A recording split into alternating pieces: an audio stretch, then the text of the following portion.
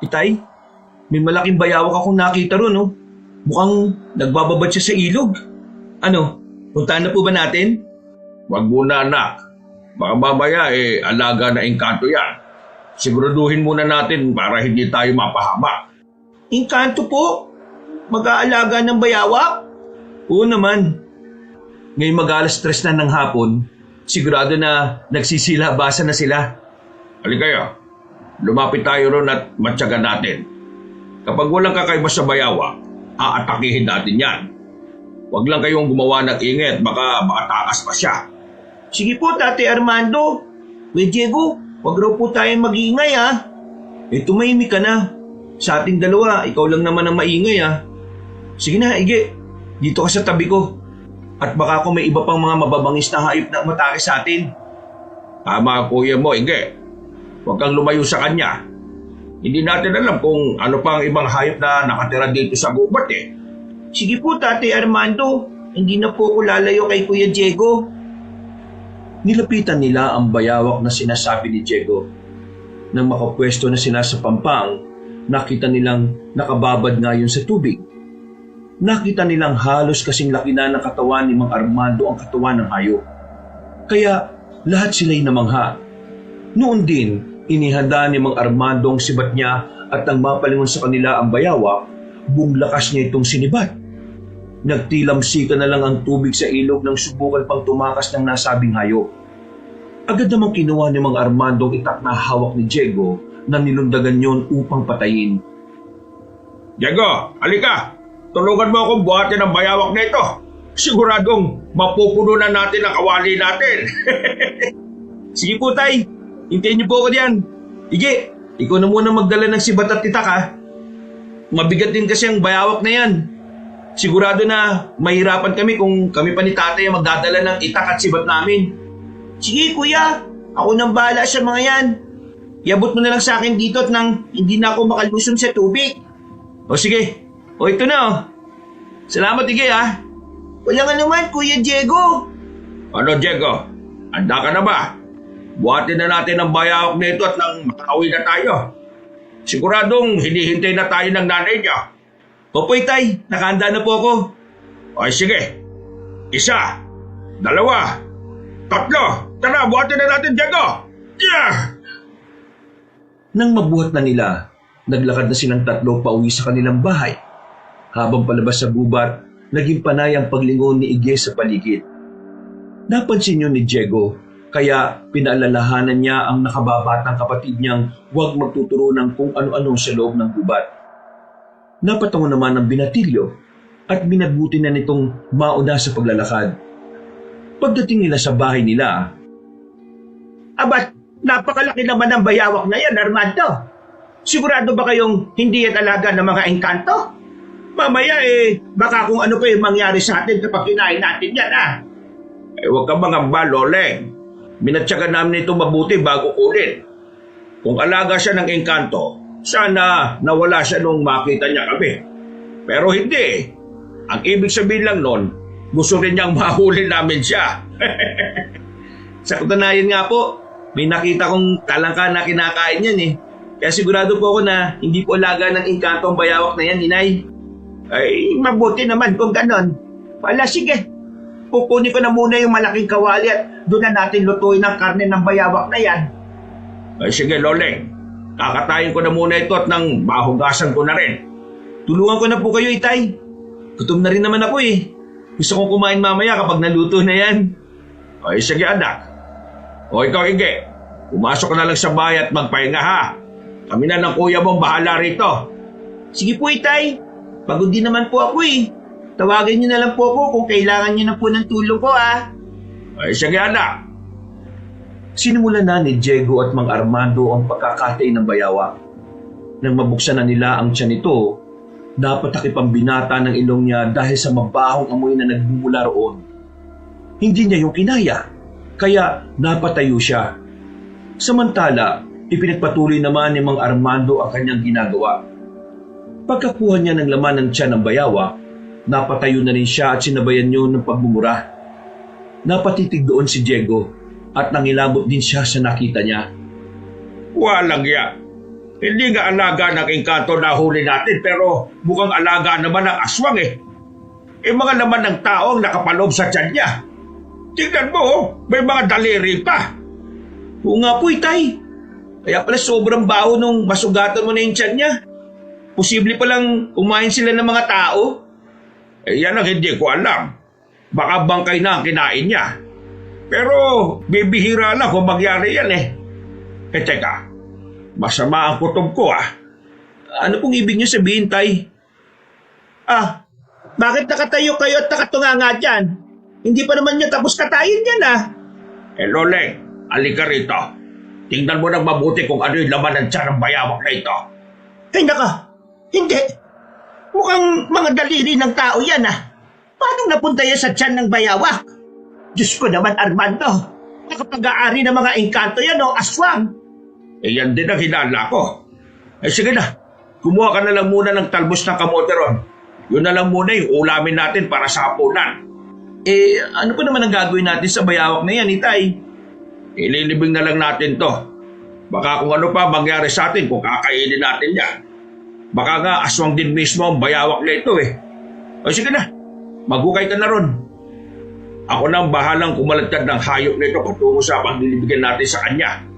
Sayang naman po kung ganun. Bayawak na, magiging talbos ng kamote pa. Sige po, Tay. Doon na lang po ako sa bandang likod ng bahay Mas mabuti ba nga, anak? Huwag ka na sa malayo. Malapit nang dumilim Baka kung ano pang mangyari sa inyo ng tatay mo. Mahirap na. Baka nasundan kayo ng amo ng bayawak na yan. Kinuha ni Diego ang bala. Bago siya tumungo sa likod bahay nila, nakita pa niyang bumaba ang nakababata niyang kapatid. Batid nitong alam na rin ni Igay ang patungkol sa bayawak na kanilang nahuli. Habang papunta sa likod ng bahay nila, napaisip siya patungkol sa nasabing hayop. Nakaramdam siya ng kabahas sa posibleng epekto sa kanila ng ginawa nila.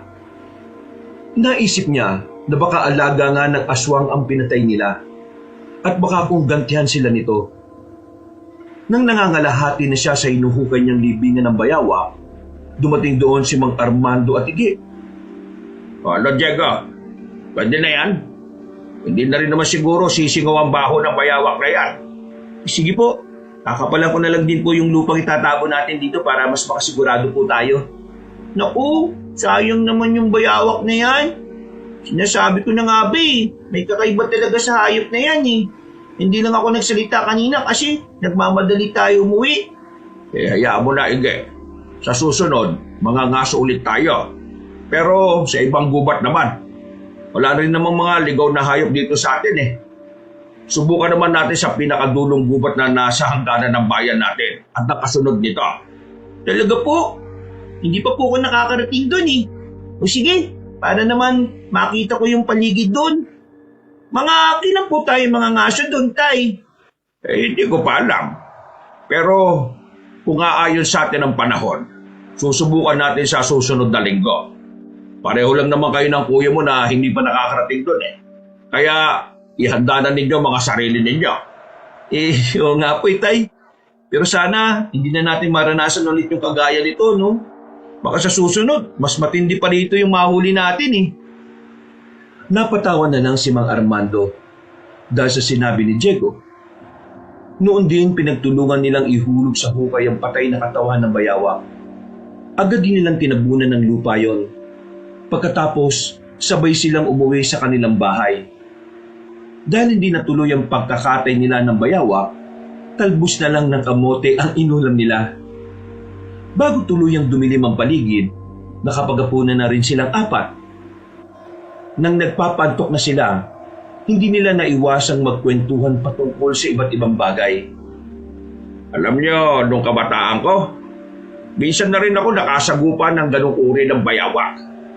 Sa pagkakaalam ko, kung hindi sila mga alaga ng muwa, siguradong alaga sila ng mga aswang. May naikwento na rin dati sa akin ng lola ko. Ayon sa kanya, ang aswang daw na yan ay tinatawag nilang kabakungan.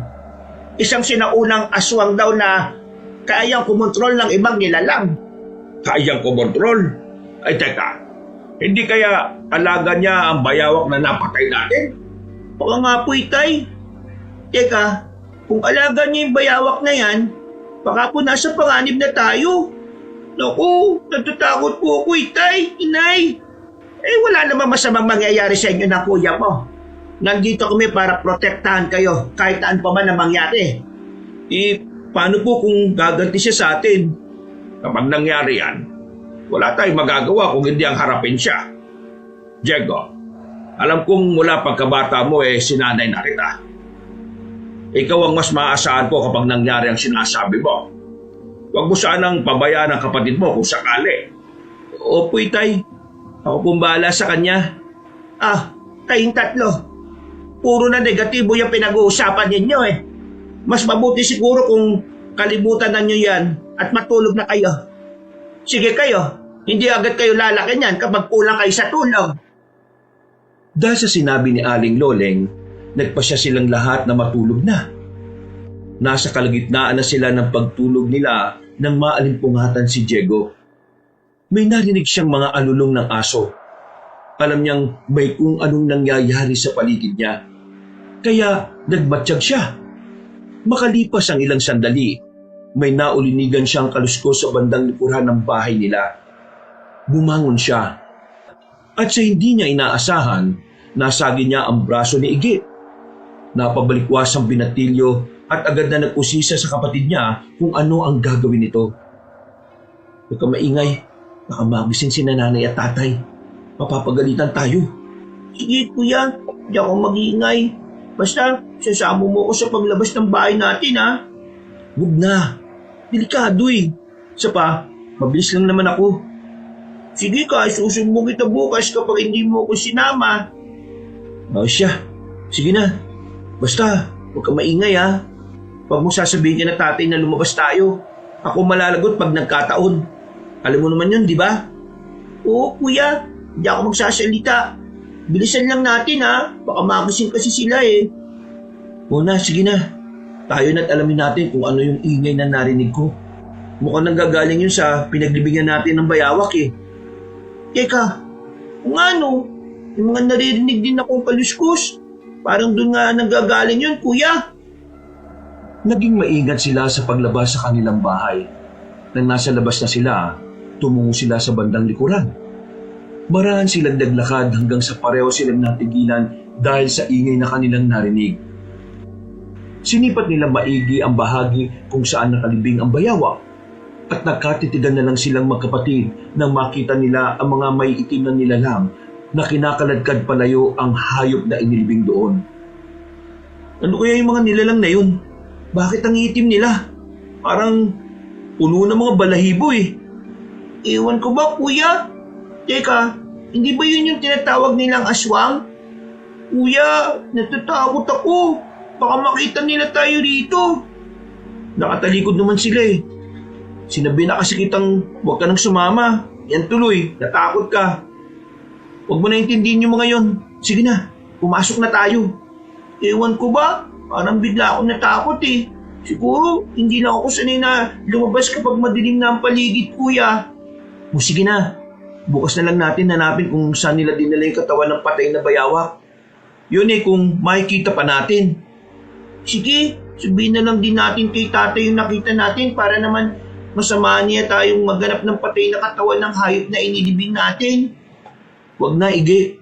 Baka kung pagalitan pa tayo Tayo na lang ang maghanap bukas kung may oras tayo. Ikaw ang bahala, kuya. Kung yan ang gusto mo, wala akong magagawa. Bumalik ang magkapatid sa loob ng bahay nila at natulog ulit. Kinabukasan, narinig nilang sumigaw ang tatay nila sa likod bahay nila. Agad na naisip ni Diego kung ano ang dahilan nun.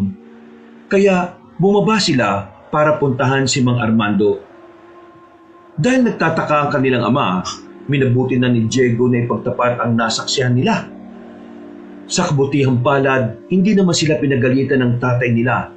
Sa halip, pinayuhan lang na huwag nang uulitin ang paglabas ng bahay kapag malalim na ang gabi. Hindi na sana kayo lumabas kagabi. Hindi nyo alam kung ano ang posibleng nilalang na makasagupa ninyo. Ay, naku kayo talaga Itay, ano po kayo yung nakita namin kumuha sa bayawak? Itim po ang buong katawan nila eh. Hindi lang namin talaga alam kung dahil ba yun sa balahibo o yun talaga ang kulay nila. Kung hindi ako nagkakamali, aswang ang mga yon. Hindi ba, Armando?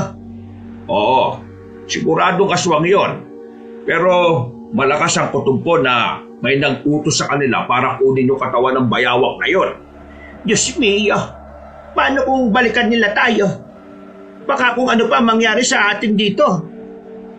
Armando, kailangan siguro natin lumipat ang matitirhan. Ano sa palagay mo? Wag. Walang lilipat. Poprotektahan ko kayo. Isa pa, mag-aalangan din naman ng mga aswang na yon na bumalik dito. Siguro ang misyon lang nila rito ay kunin yung bayawak na inilibing natin. Paano po kung bumalik pa sila, Tay? Anong gagawin natin? Wala akong magagawa kung hindi ang labanan sila. Pero bago ang lahat, sisiguraduhin ko muna ang kaligtasan yung tatlo. Kung ako sa iyo, Armando, umuwi na kaya muna tayo sa baryo ninyo. Mas ligtas doon kaysa rito eh. Hindi dapat tayo makampante, lalo na't may mga anak tayo. Ay siya, sige. Sa susunod na linggo na lang, may mga kailangan pa kasi akong asikasuhin dito eh. Sa kabutihang palad, makaraan ng ilang araw, hindi na bumalik ang mga aswang. Tinabunan na lang ulit nila ng lupa ang hukay at binabuting patungan na rin ng malaking bato. Magmula ng araw na yon, sa hindi malamang dahilan ni na Diego at Ige, hindi sila makatulog na maayos. Nagigising sila tuwing hating gabi dahil sa mga pagtawag sa kanilang pangalan. Subalit, kapag sinusubukan nilang dungawin sa bintana, wala naman silang nakikitang tao na posibleng tumawag sa kanila. Nang lumaon, napagtanto nilang hindi mula sa labas ng bahay nila ang pagtawag, kung hindi mismo sa loob ng kanilang isipan. Kinilabutan ng magkapatid, ngunit mas pinili nilang huwag nang banggitin yon sa kanilang mga magulang. Isang umaga, Ano, Diego? Handa ka na ba para sa pangangaso ulit natin? doon po ba sa sinabi niyong gubat dati, sa bandang dulo ng bayan natin, Itay? Oo, pero mas mabuti siguro kung wag na nating isama ang kapatid mo. Sige, maiwan ka na rito sa bayan, samahan mo ang nanay mo rito, ha? Huwag ka mag-alala.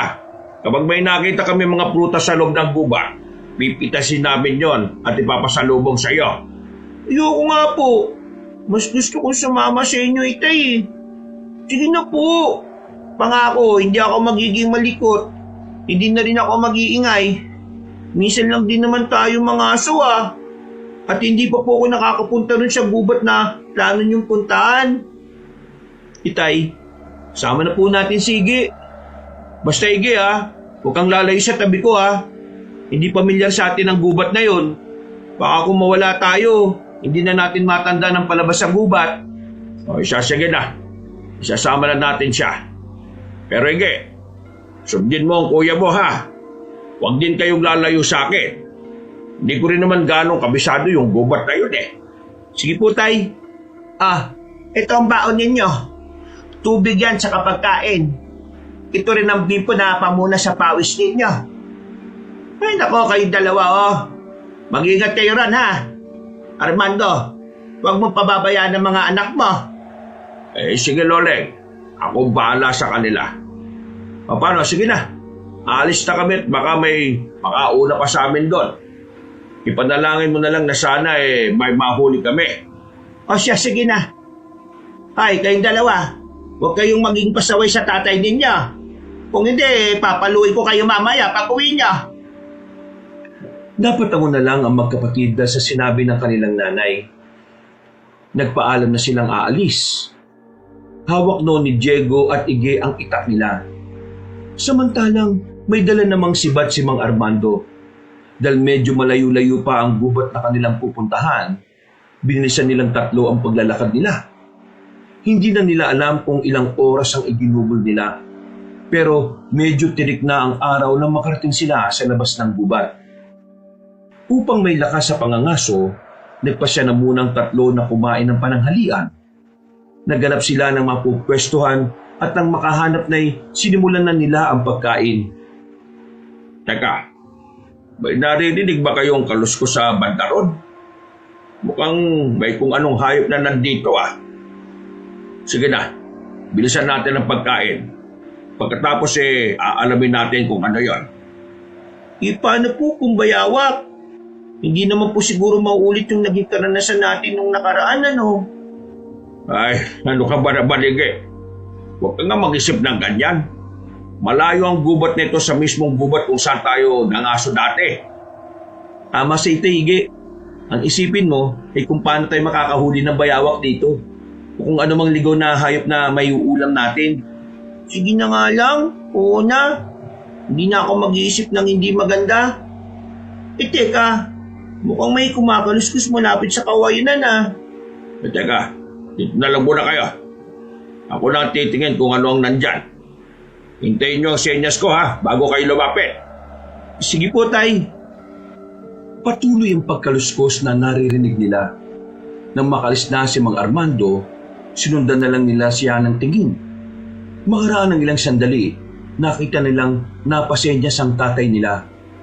Dahil dito, marahan silang lumapit kay Mang Armando. Pagdating nila sa kinaroroonan ng kanilang ama, sinilip nila ang bahaging pinagmumula ng kaluskos. Sakto naman pagkalapit nila roon, tumigil sa paggalaw ang hayop na binabantayan ng tatay nila.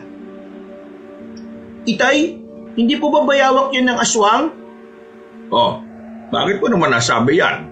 Huwag mong sabihin na dahil magkasinlaki sila ng bayawak na nahuli natin dati. Ay nako, Ige. Malabo naman siguro yung iniisip mo. Malayo ang gubat na yun dito. At imposible naman kung sasabihin natin na lumipat dito yung mga bayawak, di ba? Tama ka, Diego. O siya, magbantay kayong dalawa rito. Iikot ako ron at doon ko siya sisibatin. Kung gagapang patungo rito yung bayawak, harangan nyo. Gamitin nyo yung itak ninyo, ha? Sige po, Tay. Kami po bahala rito. Mag-ingat po kayo, ha? Ay sige, iikutan ko na yan, ha? Humanda kayong dalawa. Nang makalis na sa tabi nila si Mang Armando, hinugot nilang dalawa ang hawak nilang itak at itinuon ng pansin sa may kalakihang bayawak. Nung nasa kabilang bahagi na ang tatay nila, nakita nila kung paano siya bumelo para sibatin ng gumagapang na hayop. Agad na nagwala ang bayawak. Inisip ni Diego na mamamatay na yon. Pero namangha siya nang makita ang mabilis na paggapang ng hayop patungo sa direksyon nila. Nang makalapit ang bayawak, tatagay na sana yon ni Diego. Pero bigla siyang hinambalos ng buntot nito. Naparay siya at nabitiwan niya ang kanyang itak. Napatakbo naman palapit sa kanila si Mang Armando. Oh, ano anak? Ayos ka lang ba?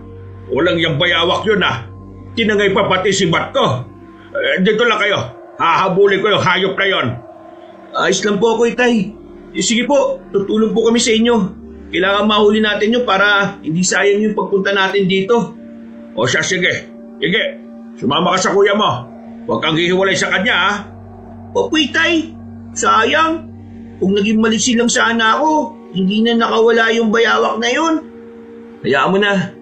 Ako nga hindi ko inakala na ganun pala katindi yung buntot nun. Kung alam ko lang, yun ang inuna kong tagain Ay siya, sige na. Habulin na natin yung bayawak.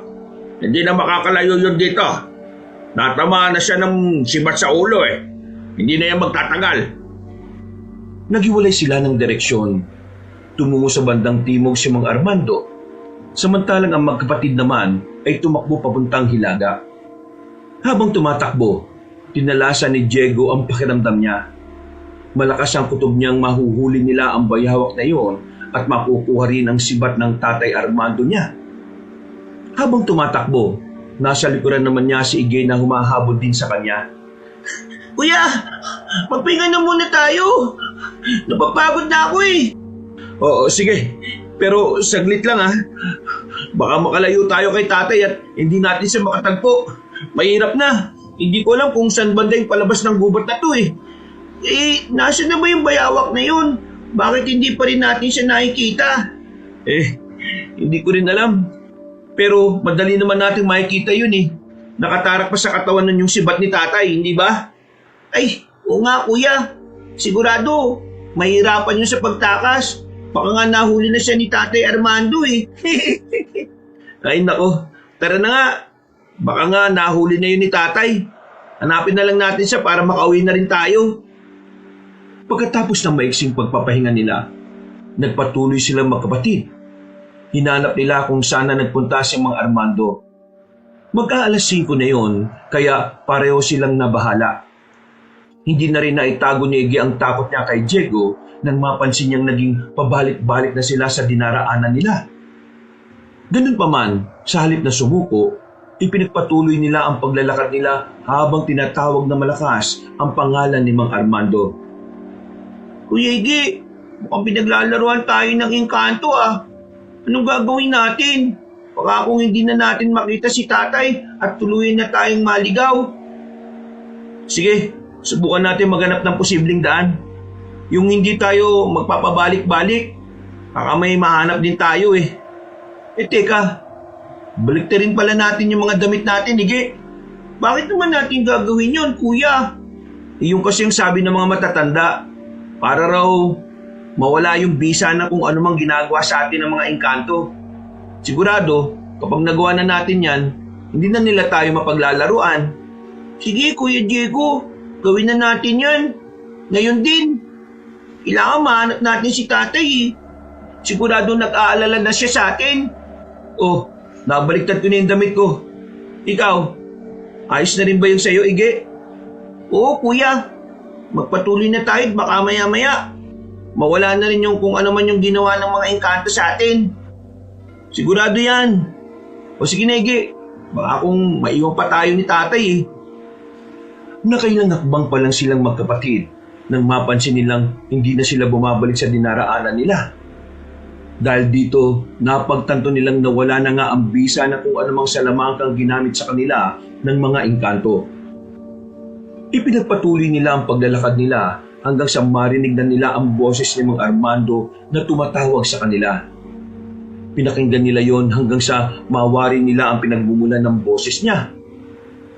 Iggy, doon tayo sa mismong pinanggalingan natin. Baka doon tayo hinihintay ni tatay. Sige, Kuya Diego. Mukhang doon nga nagmumula yung pagtawag niya eh. Bilisan na lang po natin. Sigurado na naiinip na siya. Baka mapagalitan pa nga niya tayo eh. Hindi naman natin kasalanan kung bakit tayo naligaw ah. Basta, ako nang bahalang magpaliwanag sa kanya. Hindi niya tayo papagalitan.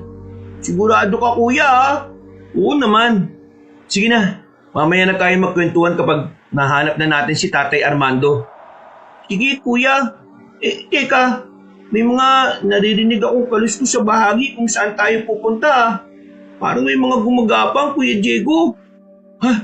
Meron nga. Ano kaya yun? Sandali. Mukhang yan din yung kaluskos kapag may bayawak na gumagapang ah. Kuya, tingnan mo ron oh. May naaaninag akong gumagapang. Naku, mga bayawak, Iggy. Lumis tayo ng daan. Baka kung ano pa yung gawin nila sa atin. Duda ako mga alaga yan ng mga engkanto. Kuya, hindi mo ko. Natatakot ako sa mga bayawak na yan eh. Baka kainin nila ako. Kasama mo naman ako, di ba? Sige na, dito tayo dumaan para makaiwas sa kanila. Wala silang naging pakialam kahit na pumasok man sila sa mas masukal na parte. Ang boses ng kanilang ama na tumatawag sa kanila ang tanging naging gabay nilang magkapatid. Inakala nilang makakaligtas sila sa mga bayawak na yon.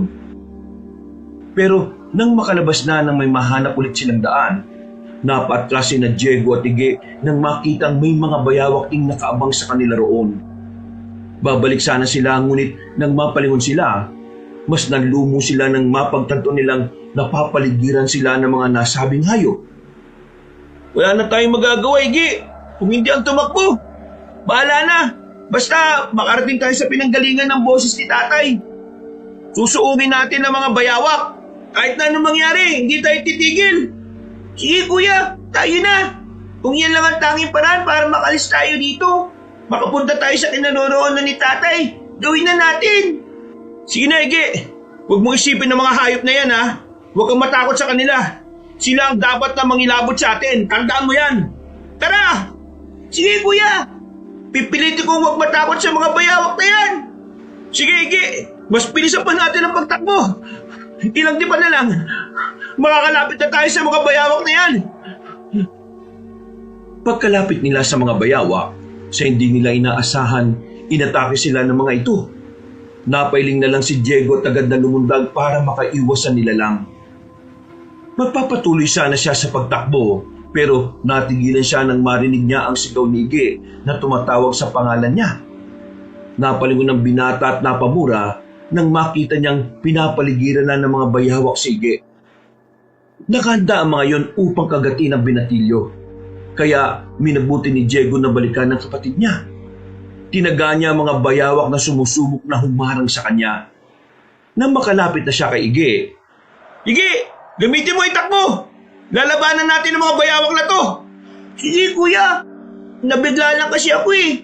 Kaya natakot ako. Oh, eto na. Nahugot ko na yung itak ko. Sige, ang kada bayawak na sumusubok na umatake sa atin, tatagayin natin. Bahala na kung saan sila banda masugatan. Kailangan nang isipin natin, makalis tayo dito. Masusunod, kuya. Ayun na, mukhang atake na ulit sila. Hindi tayo papayag tayong masaktan. Sila ang sasaktan natin, Ige. Tama ka, kuya. Kailangan natin makalis dito ng ligtas. Sigurado ko na nag-aalala na si tatay sa atin. nang makalapit na ang mga bayawak, pinagtatataga nila ang mga ito. Lalong naging agresibo ang mga sugatang hayop. Pero mas pinili ni Diego na lumaban para sa kapatid. Kalaunan, isa-isang napahinto ang mga yon. At nang tingnan ng magkapatid, nalaman nilang patay na ang mga bayawak. Magpapatuloy na sana ang dalawa sa pagbaybay ng daan nang biglang napasigaw si Ige. Nilingon siya ni Diego at napahiyaw ang binata nang makitang tinatangay ng isang malaking bayawak ang nakababatang kapatid niya. Agad itong hinabol ni Diego at nang maabutan ng kapatid, sabay silang nahulog sa isang butas na kasya lang para sa dalawang tao. Aray ko! Kuya! Ano nang gagawin natin? Paano tayo makakalabas dito? Baka kung anong gawin sa atin ng mga bayawak na yun Umalma ka lang, Ige. Kailangan natin ng malinaw na kaisipan. Hindi natin malulutas ang problema natin kung matataranta tayo. Sige kuya. Ano kaya kung sumigaw tayo para makahingi ng tulong? Sigurado na malapit lang din dito si Tatay Armando Wag. Kung lalapit siya dito, baka pati siya mapahamak. Maghanap na muna tayo na madaraan ng iba. Tayo na. Sandali kuya. May narinig akong kaluskos malapit dun Parang ilang di pa lang ang distansya niya mula rito sa butas na pinaghulugan natin. Magbatsyag muna tayo. Parang may mali sa sitwasyon natin na to Teka, batuhan tong napuntahan natin. Ibig sabihin, nasa isang yugib tayo. Kuya, ayan na siya. Papalipit na rito sa atin. Tumahimik ka. Tumingla na lang tayo at nang malaman natin kung sino yun. Maaninig pa naman natin siya kasi hindi pa naman gaanong madilim ang paligid sa labas Kuya, ayan na siya. Ha? Hindi. Mukhang si tatay kuya. Oo nga, pero parang may mali Huwag muna natin siyang tawagin. Baka hindi siya yung tatay natin Oo nga kuya. Tingnan mo may kinakaladkad siyang mabigat na bagay. Hindi. Bato. Siguradong tatakpan niya yung butas. Kailangan makalis tayo dito. Hindi na maganda ako tumpo ngayon. Kuya, tinatakpan nga niya. Susubukan kong sumigaw para malaman niyang nandito tayo. Ikaw ang bahala. Basta, sa kahit na anong paraan, kailangan makalis tayo dito, Ige. Napasigaw si Ige para tawagin ang tatay nila. Pero kahit na namaos na siya sa kakasigaw, hindi na muli pang nabuksan ng lagusan. Napaiyak siya, kaya sinikap ni Diego na pakalmahin ang nakababatang kapatid niya. Nang medyo kumalma na si Ige, nag-usap sila patungkol sa kung anong gagawin nila at kung paano sila makakalabas sa naturang kuweba. Kuya, baka sinadya tayong ikulong dito. Baka kinopy lang ng mga engkanto yung mukha ni tatay. Sigurado ako na ginaya nga nila ang itsura ni Tatay Armando. Kung ikinulong nila tayo dito, ano naman ang motibo nila? Sigurado na malalim ang dahilan nila. Ano nang gagawin natin ngayon, kuya? Baka lalo na tayo mapahama kung mananatili tayo dito. Maghanap tayo ng lagusan. Sigurado na may iba pang daanan, maliban sa tinakpan na yan. Sige, pero paggabi na kuya eh. Magpapahinga na muna tayo dito. May natitira pa naman akong tubig at pagkain dito. Pagsaluan na lang natin to. Mas mabuti pa nga, Ige. Kainin na muna natin yan. Pagkatapos, matulog na rin tayo kahit saglit lang. Kinakailangan hindi tayo magtagal dito eh. Kung may nagplano man na ikulong tayo, sigurado na may masama silang binabalak sa atin. Kuya, si tatay nga pala. Baka kung ano nang ginawa ng mga aswang o engkanto sa kanya. O kung wala man silang ginawa, baka nag-aalala na siya sa atin ngayon. Huwag na muna natin siyang isipin. Sa ngayon, sarili muna natin ang pagtuunan natin ng pansin. Kung paano tayo makakaalis dito at kung paano tayo makakauwi ng ligtas. Napatago ang nakababatang kapatid ni Diego sa kanya. Noon din, pinagsaluhan nila ang pagkain natitira ni Ige. Nasa kalagitnaan sila ng pagkain nang may marinig silang kaluskos. Napatitig sila sa pinagmumulan nun at pareho silang kinutubang may lagusan sa bahaging yun. Nang matapos na sila sa pagkain, nagpasya silang dalawa na hanapin ang pinagmumulan ng ingay na narinig nila. Dahil madilim ang loob ng kuweba, nangapa silang dalawa.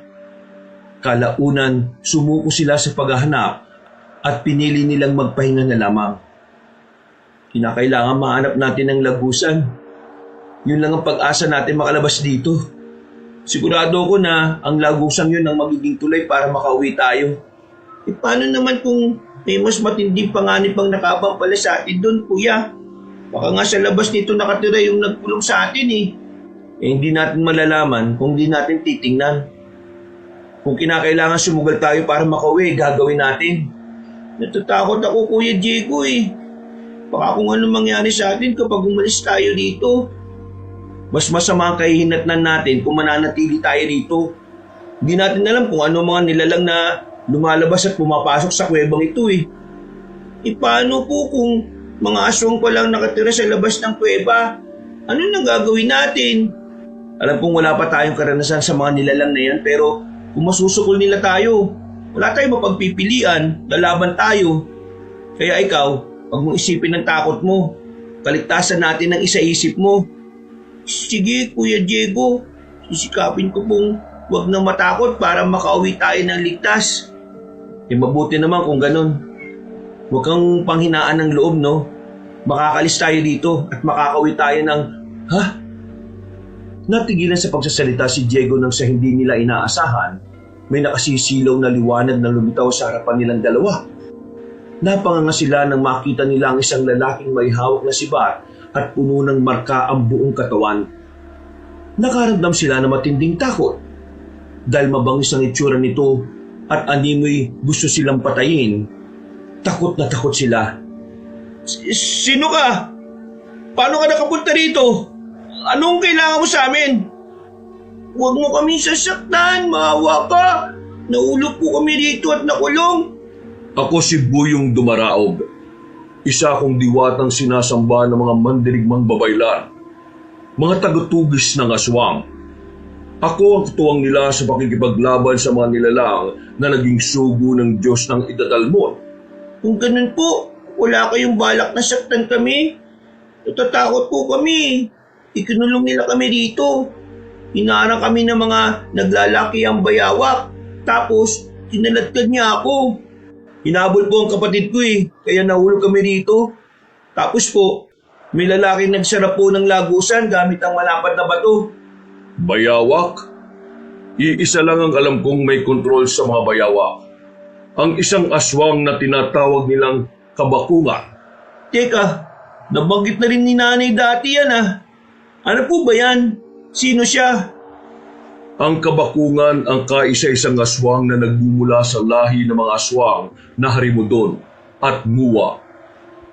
May sabayawak ang totoong anyo nila, pero kaya nilang mag-anyo na kagaya ng karaniwang aswang. May kakayahan silang kontrolin ang tao. Kinukuha nila ang balat niya at ginagawang katulad ng manika o puppet.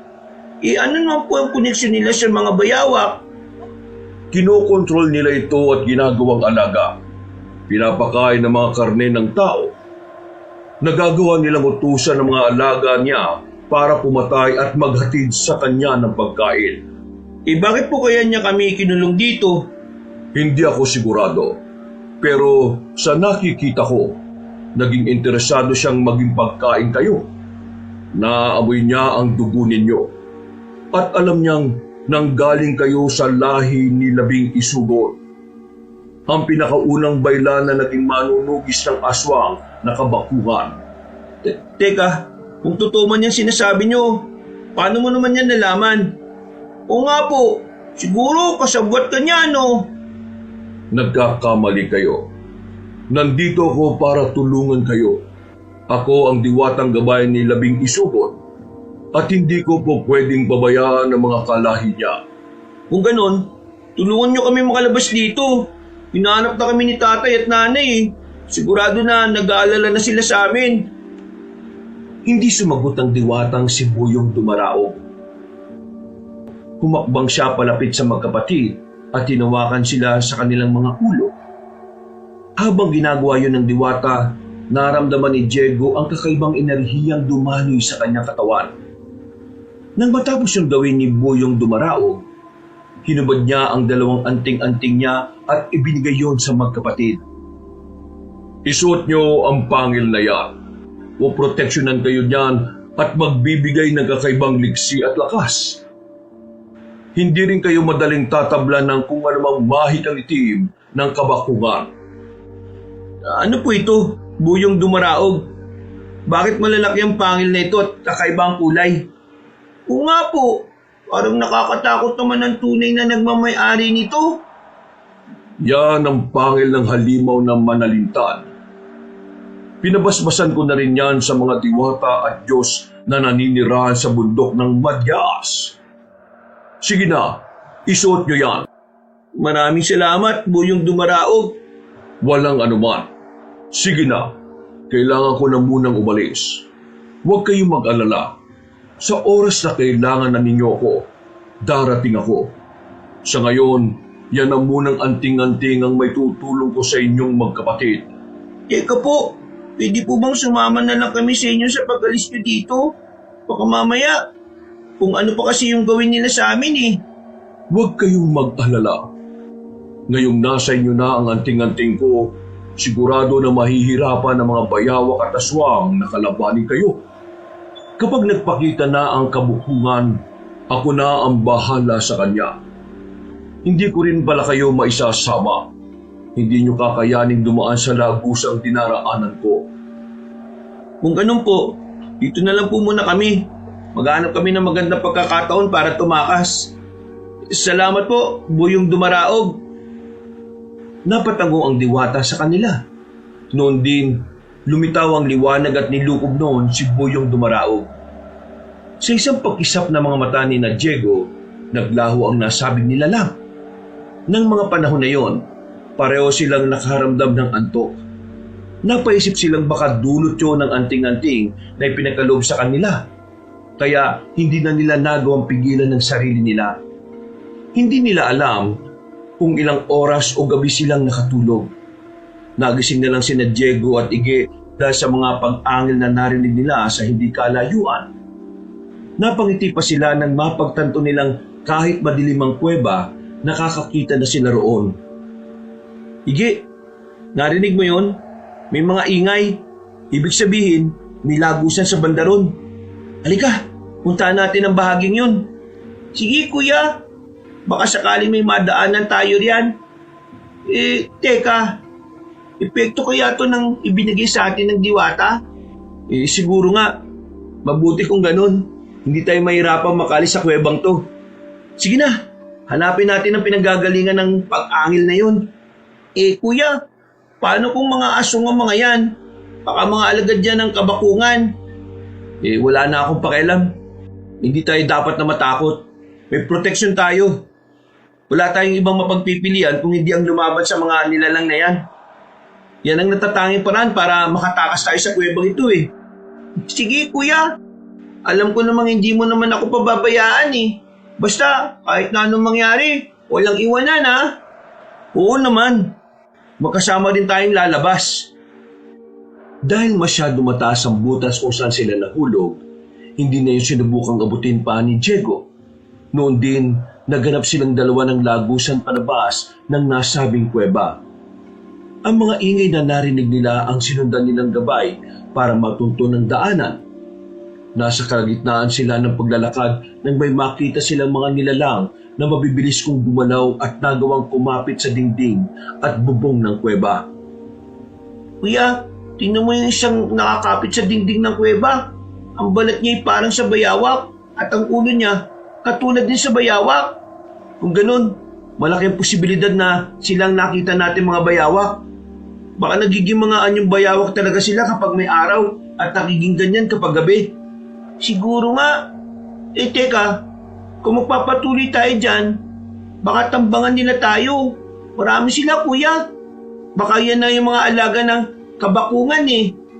Wala naman tayong ibang malulusutan, di ba? Ihanda mo na lang ang itak mo, Ige. Lalabanan natin sila para walang maging sagabal sa pagtakas natin. Pero wala nang pero-pero. Nasa atin ang anting-anting ni Buyong Dumaraog. Hindi ba? Walang masamang mangyayari sa atin. Ang kailangan lang natin gawin, labanan sila sa abot na makakaya natin. Kung matatalo natin sila, malaya tayo makakalis dito. Paano naman yung mga aswang na kabakungan? Hahanapin tayo nun, kuya. Hayaan mo na. Ang importante, makatakas tayo. Hindi ba, sabi ni nanay, aalis din naman tayo sa baryo natin. Kaya sige na, maganda ka na. At dadaan tayo sa bahagi kung saan nagbabantay ang malabayawak na mga aswang na yan. Hinugot nila ang itak nila at nagpatuloy sila sa paglalakad. Nang nakailang hakbang na ang magkapatid, lumundag ang isang malabayawak ng nilalang para sugurin sila. Napahakbang naman si Diego at siya na mismo ang umalaban sa nilalang. Maliksi ang galaw noon, pero nagagawang ilaga ng binata ang kada pag-atake nito. Nasa kalagitnaan na siya ng pakikipaglaban doon nang umatake rin sa kanila ang mahigit sa 10 aswang. Dahil dito, mas pinigihan ni Diego ang pakikipaglaban doon. Nang susunggaban sana sila ng nilalang, ginilitan niya ito at ibinalibag patungo sa iba niyang mga kasama. Napaangil naman ang mga yon at naghanda na sa pag-atake sa magkapatid. Ige, kakalabanin ko mga aswang na yan. Ikaw naman, maghanap ka ng pagkakataon para makalis dito. Hindi, kuya. Sinabi natin na walang iwanan, di ba? Tutulungan kita. Hindi na ako matatakot sa mga yan. Kakalabanin natin sila at uubusin. O sige, kapag nasugatan ko na at makakalapit na sa'yo, tagain mo hanggang sa mamatay. Gagamitin natin ang bertud na mula sa anting-anting ni Buyong Dumaraog. Hindi natin siya bibiguin. Sige, Kuya Diego.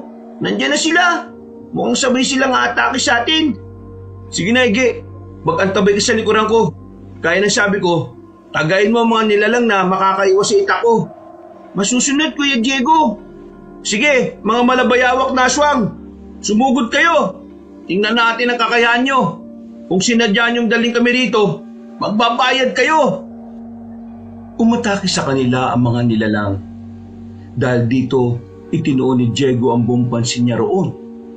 Ang kada aswang na lumalapit sa kanya, tinataga niya sa liig at ibinabalibag patungo sa likuran niya. Narinig din niya ang paghiyaw ni Ige, kaya naisip niyang pinagtatataga niya ang mga aswang na yon.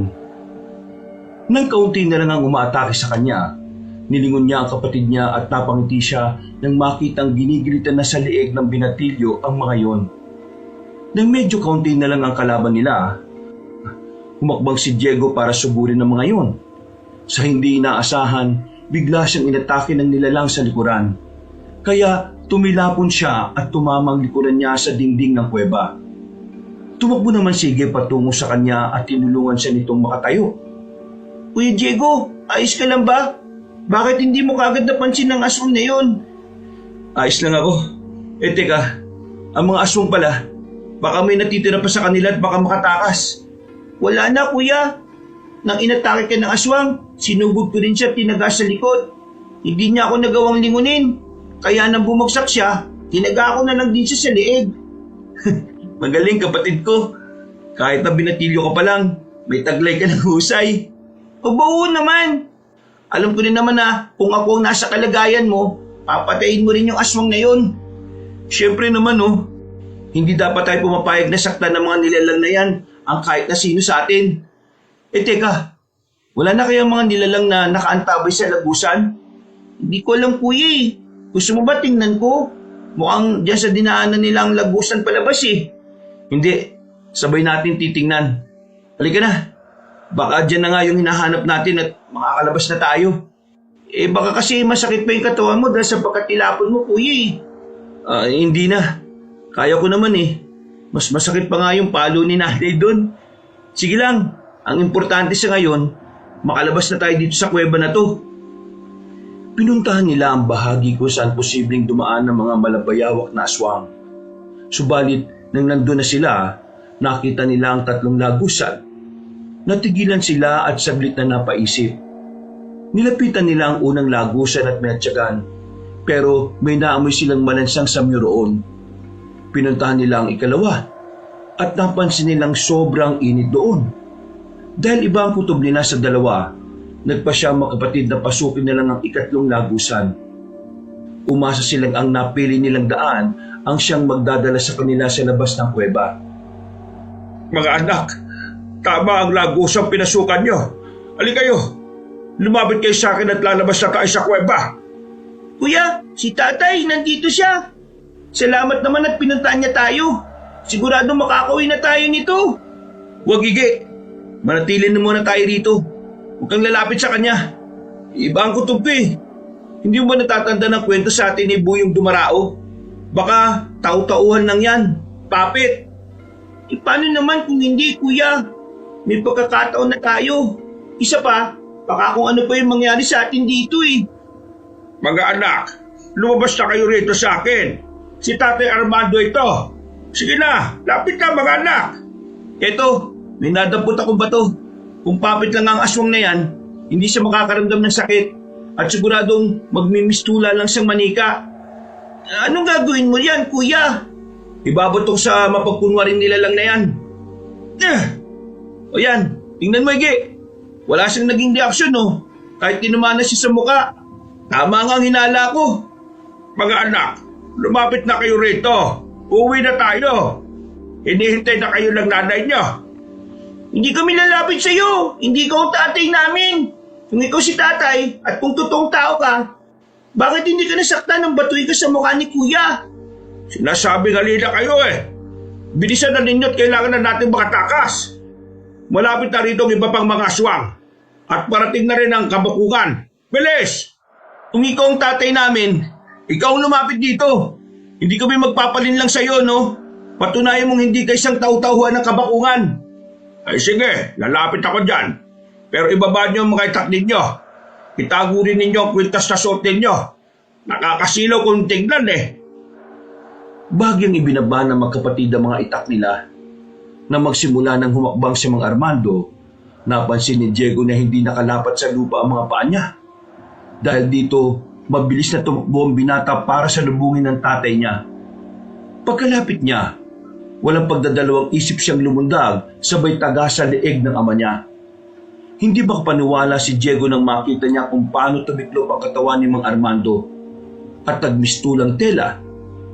Kasabay ng paglapag niya sa lupa, bumagsak din ang tatay niya. Agad namang lumapit sa kanya si Ige na hindi rin makapaniwala sa nangyari. Nasabi ko na nga isa siyang uwad. Papit lang siya ng aswang. Ige, tingnan mo parang balat na lang siya. Walang mga laman at buto. Ewan ko nga ba kung paano yan nagawa ng aswang eh. Mabuti na lang talaga kuya, hindi tayo nagpadalos-dalos. Kung lumapit ka agad tayo sa kanya, baka kung ano pa yung nagawa niya sa atin eh. O tayo na.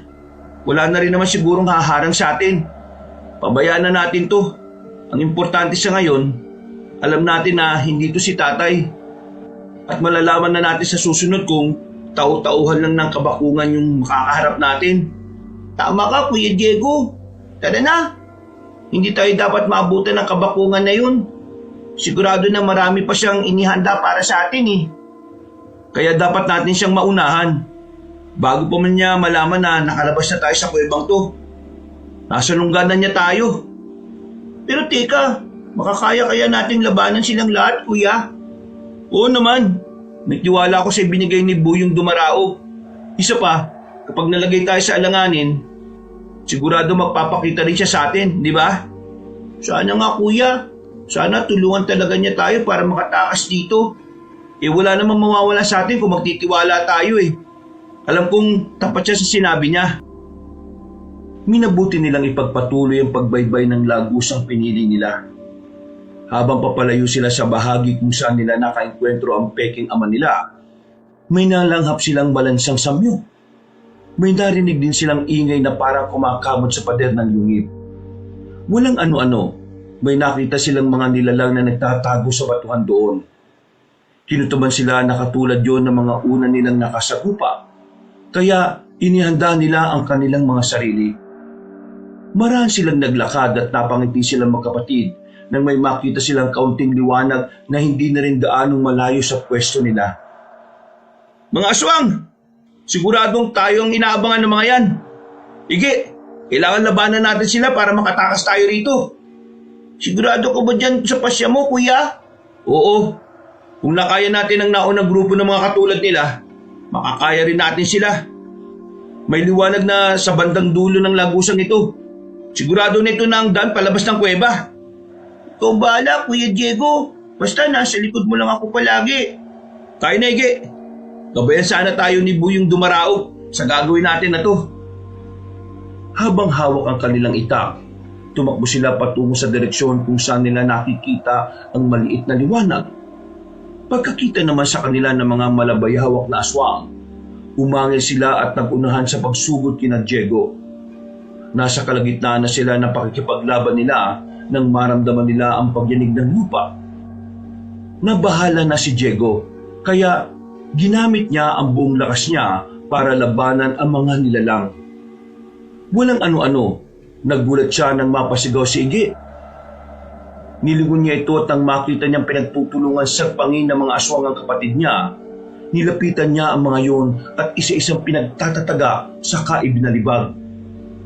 Nang wala nang kumukuyog kay Ige, tinulungan siya ni Diego para makatayo.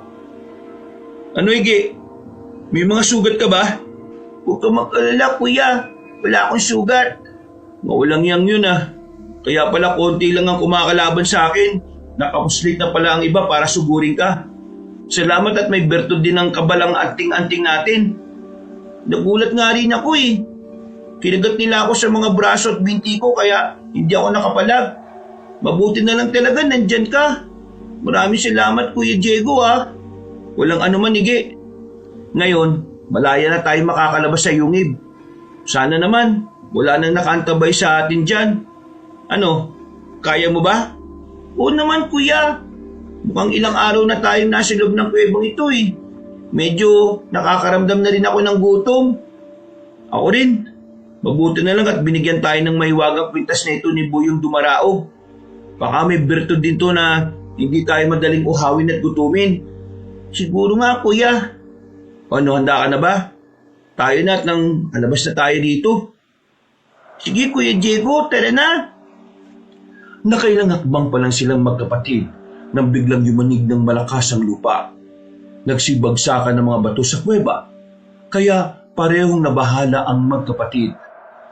Gamit ang kanilang liksi, iniwasan nila ang mga nahuhulog na bato hanggang sa makarating na sila sa tapat ng bukana ng kuweba.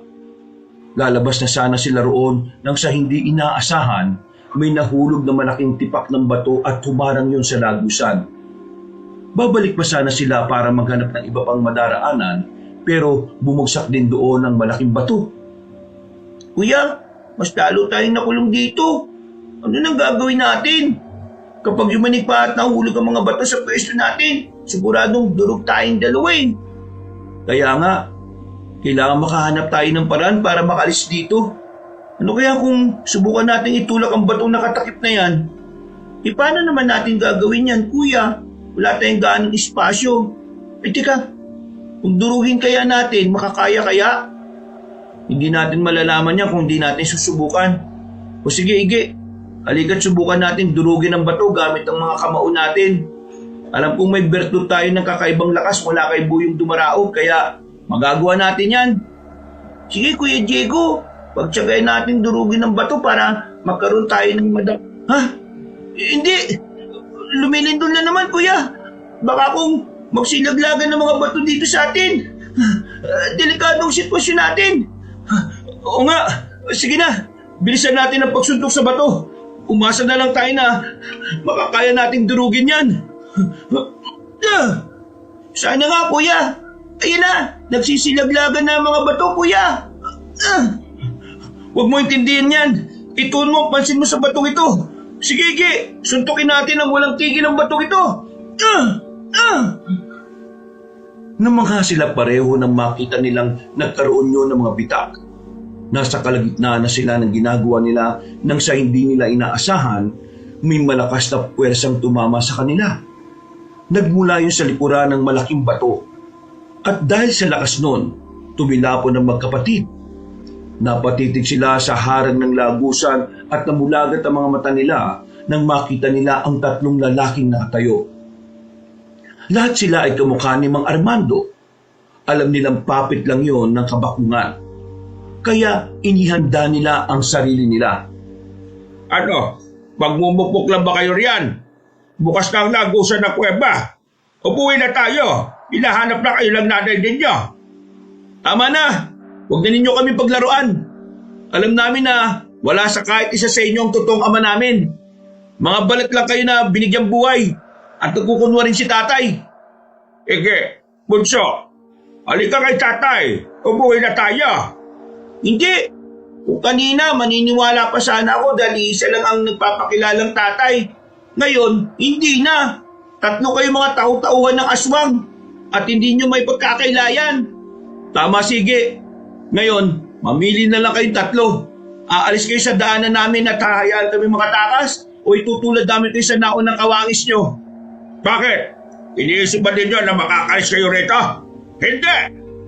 Gagamitin ang pinuno namin ang dugo nyo para mas maging malakas siya.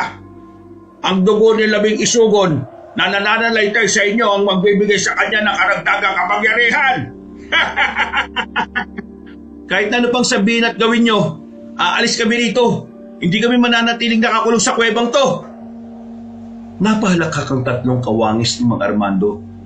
Dahil nakaarang sila sa lagusan, binabuti ni Diego na suburin sila. Hindi naman siya hinayaan ng nakababatang kapatid niya. Agad ding sumugod sa kanya, sige. Pagkalapit ni Diego sa tatlo, aatakin sana siya ng mga yon. Pero bago pa man nila siya masunggaban, umilag na siya at tinaga ang isa sa kanila. Nabuwal yun at gaya ng inaasahan, nagmistulan na lamang tuyong balat ang nilalang. Inatake naman ni Iggy ang isa at naglaban silang dalawa. Napangiti na lang ang binata nang makita niya ang husay ng kapatid niya ng mga oras na yon. Nang susugurin sana siya ng isa pa, nilundag niya ito at buong lakas na tinaga sa ulo. Pagkabagsak noon, nangayayat yun hanggang sa maging katulad din siya ng naunang nilalang. Kuya, napatay ko na rin ang kalaban ko. Ano kaya mga ito? Bakit kuha-kuha nila ang itsura ni tatay? Hindi ko alam, pero isa lang ang nasisiguro ko. Mga puppet sila ng kabakungan. Kailangan natin mag-ingat, Ige. Baka magulat na lang tayo at kalabanin natin ang sarili natin. O ano, susubukan na ba nating lumabas sa kuwebang to? Sige, mas mabuti pa nga. Dito ko nakakita ng liwanag kanina at malakas ang kutob ko na ito ang daan palabas. Sana naman makauwi na tayo. Baka kung nandyan sa labas ng kabakungan, anong gagawin natin? Kung kinakailangan natin silang labanan, gagawin natin. Hindi tayo papayag na ang mga katulad nila maghahari dito sa mundo. Kung ganun, sige, paala na. Basta ang importante, makakauwi tayo. Sigurado na nag-aalala si nanay at tatay sa atin Basta, kahit na anong mangyari, huwag tayo magpapatalo sa mga aswang na yan. Napatango na lang si Iggy kay Diego. Noon din, nagpa siya ang dalawa na lumabas sa kuweba kung saan sila nakulong. Pagkalabas nila roon, napalunok ng laway niya ang binata nang mapansin ang kakaibang aura ng lugar. May mga punong nakatayo, pero mga patay na. Wala ring damot ang lupa ay halatang tigang na. Natigilan sila sa tapat ng kuweba habang iginagala ang paningin nila. Walang ano-ano, nakarinig sila ng mga pagkaluskos.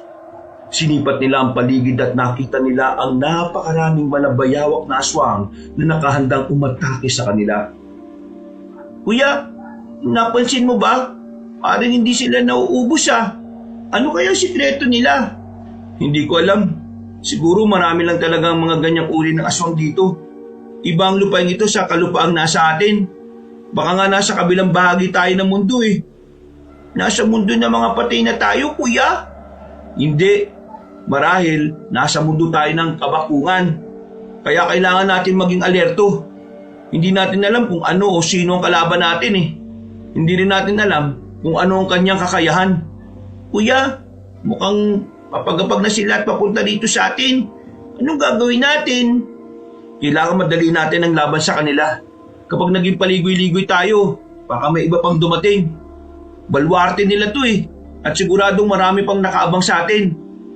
Sigurado na ikinulong tayo para kung lalabas man tayo, dito tayo pupunta. Ibig mo sabihin, kuya, sinadya nila sa kuweba tayo ikulong? Oo, para hindi madaling mahalata. Baka sila nga rin yung gumawa ng kuwebe eh. O kung hindi man, baka yun din ang lagusan ng mga taong bayawak papunta sa gubat.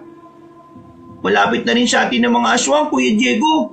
Mukhang mas mabagsik sila kaysa sa mga naunang nakalaban natin. Huwag kang panghinaan ng loob. Kaya natin ang mga yan. Tandaan mo, Ige, kahit na anong mangyari, uuwi tayo ng buhay. Oo, kuya, tatandaan ko yan. Nang malapit na sa kanila ang mga aswang, napalig sina Diego sa suot niyang anting-anting. Dumakot din sila ng alikabok at ipinahid sa talim ng itak nila. Saktong pagkatapos nilang gawin yon, nakalapit na sa kanila ang malabayawak na nilalang. Nasa kalagitnaan na sila ng pakikipaglaban ng muling lumindol. Parehong natigilan ang magkapatid nang mapatitig sila sa hindi kalayuan. Nagkaroon ng bitak ng lupa at mula roon, lumabas ang isang nilalang na napakaraming bukol sa katawan. Kulay abo ang mahabang buhok. Nakausli ang pangil at nagbabaga ang mga mata. Nakalutang siya sa ere habang nakatitig sa kawalan. Mukhang yan na yung kabakungan.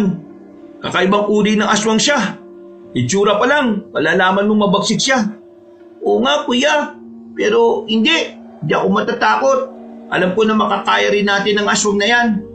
Ubusin na muna natin ang natitirang aswang na nandito at nang maito natin ang pansin natin sa kanya. Sige, kuya.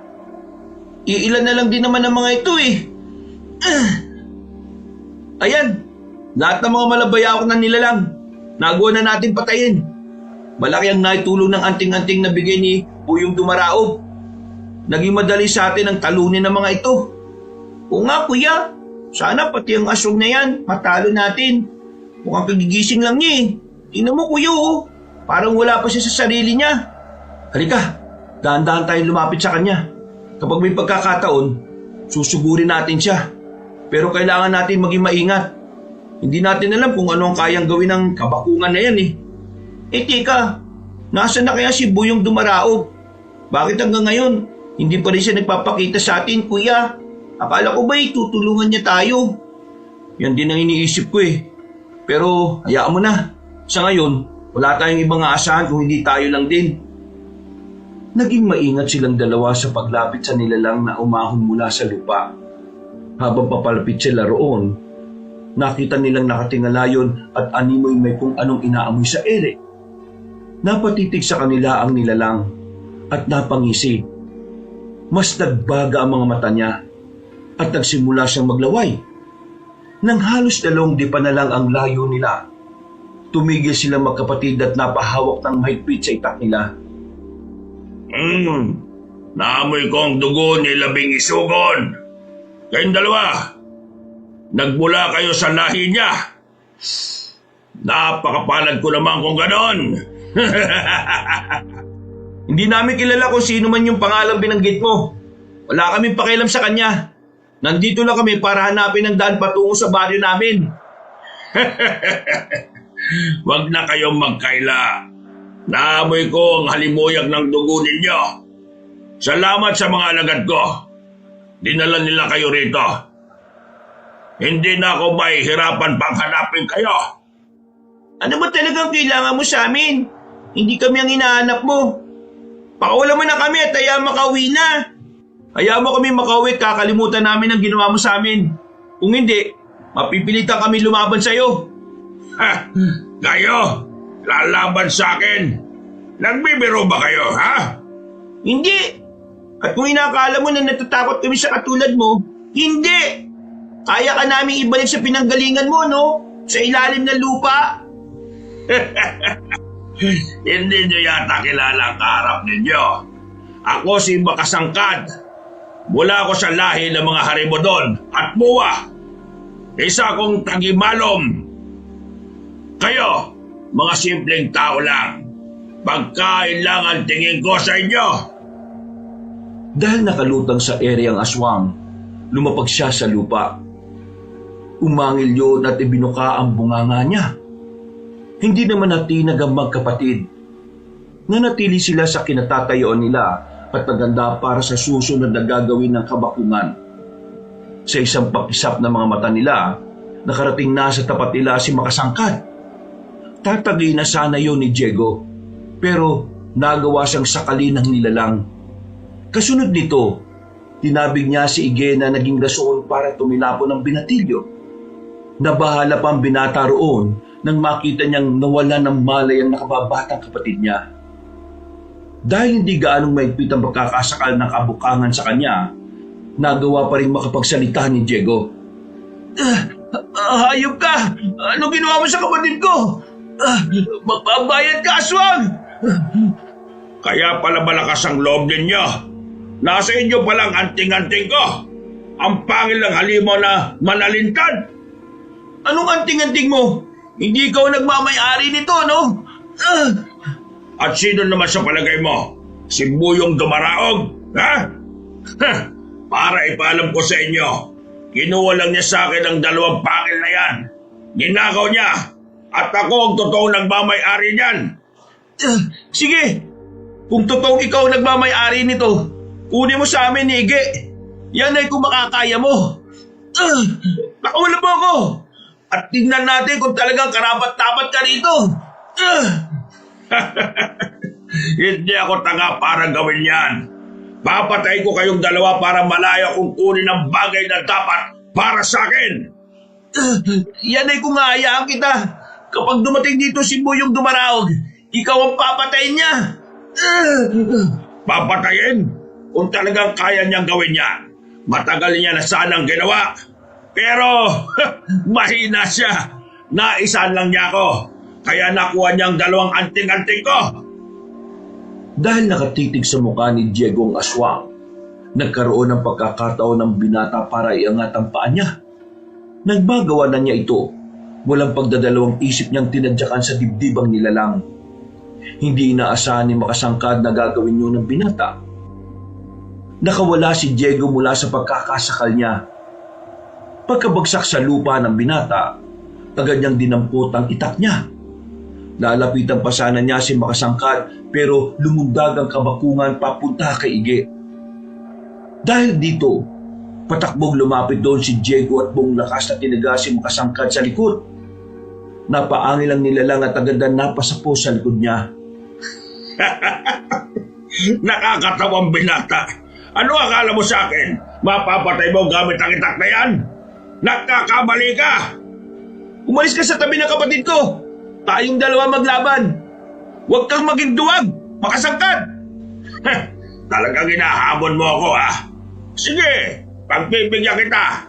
Pero bago kita harapin, hayaan mo muna akong patayin ang kapatid mong ito. Kuya, tulong.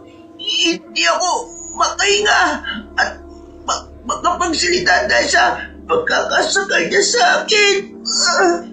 Hindi mo talaga titigilan si Ige, ha? Sige, tingnan natin kung saan ka dadali ng ipinagmamalaki mo kapangyarihan. Noon din, sinakyan ni Diego ang likod ng aswang habang sinasakal niya ito at inilapat ang talim ng itak niya sa lalamunan ng nilalang. Napatawa ang kabakungan, kaya mas idinin pa niya ang itak niya. Napailing ang binata nang mapagtanto niyang hindi man lang natitinag si Makasangkad.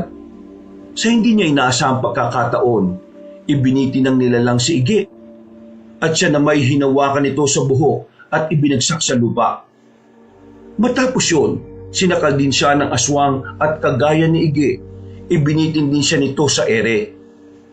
Kahit anong anting-anting pa ang suot nyo, baliwala yan sa tulad ko. Masyado kayong mahina kung ikukumpara sa taglay kong lakas. Wala mo kami! Demonyo ang aswang ka! Lagot ka kay Buyong Dumaraog kapag dumating siya! Sigurado ko na may babalik ka ng diwatang sa ukay kung saan ka nanggaling! Magiging madali na sa akin na talunin siya kapag nakuha ko na ang dugo sa kapuso't atay ninyo, mga kalahi ng labing isugon. Yan ay kung magagawa mo. Pakawalan mo kami at malalaman natin kung karapat-dapat ka sa anting-anting na ito. Pati na sa dugo namin. Mamaya na. Sa ngayon, paglalaroan ko na muna kayong dalawa. Susukatin natin ang kakayahan at bertud ng suot ninyong pangil ng manalintad. Kapag napatay ko kayo, magiging akin ulit yan. Hindi kami papayag. Hindi ang tulad mo ang dapat na magmay-ari nito. At sinong nararapat? Kayo? Nagpumiglas ang magkapatid, pero kahit na anong gawin nila, hindi nila magawa na makapalag sa pagkakasakal ng nilalang. Sa hindi inaasahan, ibinalibag ng kabakungan sina Diego at Ige. Pagkatilapon nila, lumundag ulit ang aswang at ibinalibag sila sa ikalawang beses. Napaungol ang magkapatid at dahil may kalakasan ang ginawa ni Makasangkad, malayo ang kinabagsakan nila. Ramdam ni na Ige at Diego ang pananakit ng katawan. Pero kahit isang galos ay wala silang natamo. Tatayo sana sila para salubungin si Makasangkad, ngunit may mga lumitaw na ugat mula sa lupa at nilingkis noon ang buong katawan nila. Napangising ang aswang nang makita niya ang sitwasyon ni na Diego. Noon din, lumundag siya patungo sa dalawa. Akala ba ninyo, makakaya nyo ang kapangyarihan ko? Kulang pa kayong dalawa. Parang palamuti lang pala ninyo ang pangil ng manalintad eh. Kahit na ano pang sabihin mo, mahina ka pa rin. Umaasa ka lang sa kapangyarihang itim mo. Pero kung pisikal na lakas, wala ka naman eh. Ganyan na nga ang sitwasyon ninyo. Nag-aangas-angasan pa kayo. Wala naman kayo may pagmamalaki ah. Kahit ang ama ninyo, napatay na ng mga alagad ko. Anong sabi mo? Ulitin mo nga sinabi mo. Pinatay niyo si tatay. Oo. Hindi ko naman siya magagaya kung hindi naman siya napatay eh. Ano? Galit na ba kayo niyan? Sige, magpumiklas kayo. Ayop ka. Kami lang ang kailangan mo. Pero bakit mo dinamay si tatay? Magbabayad ka sa ginawa mo. Rico! Kuya, ang sakit! Tignan niyo ang sarili ninyo. Konting pigalang ng mga ugat para kayo mga dagang naipit. Sige, mas pagagandahin natin ang laro. Ikinumpas ni Makasangkay ang kamay niya at sa isang pagkisap ng mga mata ng magkapatid, binalot ng kulay itim na liwanag ang kanilang katawan. Habang tumatagal sila sa ganong sitwasyon, naramdaman nila ang unti-unti nilang panghihina. Nang mapansin ni Diego na umiinit ang suot nilang anting-anting, hindi siya nawala ng pag-asa. Sinikap niyang magpumiglas, pero mas naging mabilis ang paghigop ng lakas niya. Napalingon pa siya kay Ige at nabahala nang makita niyang nawala na ng malay ang kapatid niya. Noon din, napansin niyang nagdidilim na rin ang paningin niya. Bago rin siya nawala ng ulira, may nakita siyang nakasisilaw na liwanag na lumitaw sa bandang likuran ni Makasangkad. Hindi niya alam kung ilang minuto o oras siyang nawala ng malay. Nagising na lang siya na maluwag na ang pagkakalingkis ng mga ugat sa katawan nila. Ige, pwede na tayong makaalis sa sitwasyong ito. Hindi na masikip ang pagkakapulupot ng mga ugat sa atin. Wala na rin ang maitim na liwanag na bumalot sa atin kanina. Oo nga, kuya. Sige, kalagan na natin ang sarili natin. Teka, tinan mo si Makasangkad. May kalaban siya. Si Buyong Dumaraog yan. Hindi niya tayo binigo, Ige. Nandito siya. Siguradong ililigtas niya tayo. Makakauwi na tayo sa bahay natin. Kuya, totoo kayang sinabi ni Kabakungan sa atin? Patay na raw si Tatay Armando. Hindi totoo yan. Hindi ako naniniwalang patay na siya. Baka sinabi lang ng aswang yun para panghinaan tayo ng loob. Sa bagay, kuya, posible rin naman yung sinabi mong yan. Ige, parang kailangan ni Buyong Dumaraog ang tulong natin ah. Dito ka lang, pupuntahan ko sila. At ang matulungan ko ang Diwata. Kailangan matalo si Makasangkad para wala nang maging banta sa atin. Tutulong rin ako, kuya. Baka kailangan niya ng dagdag na kakampi. Huwag na, baka kumapano ka pa eh. Kailangan ligtas tayo makaalis dito. Ako lang ang tutulong kay Buyong Dumaraog.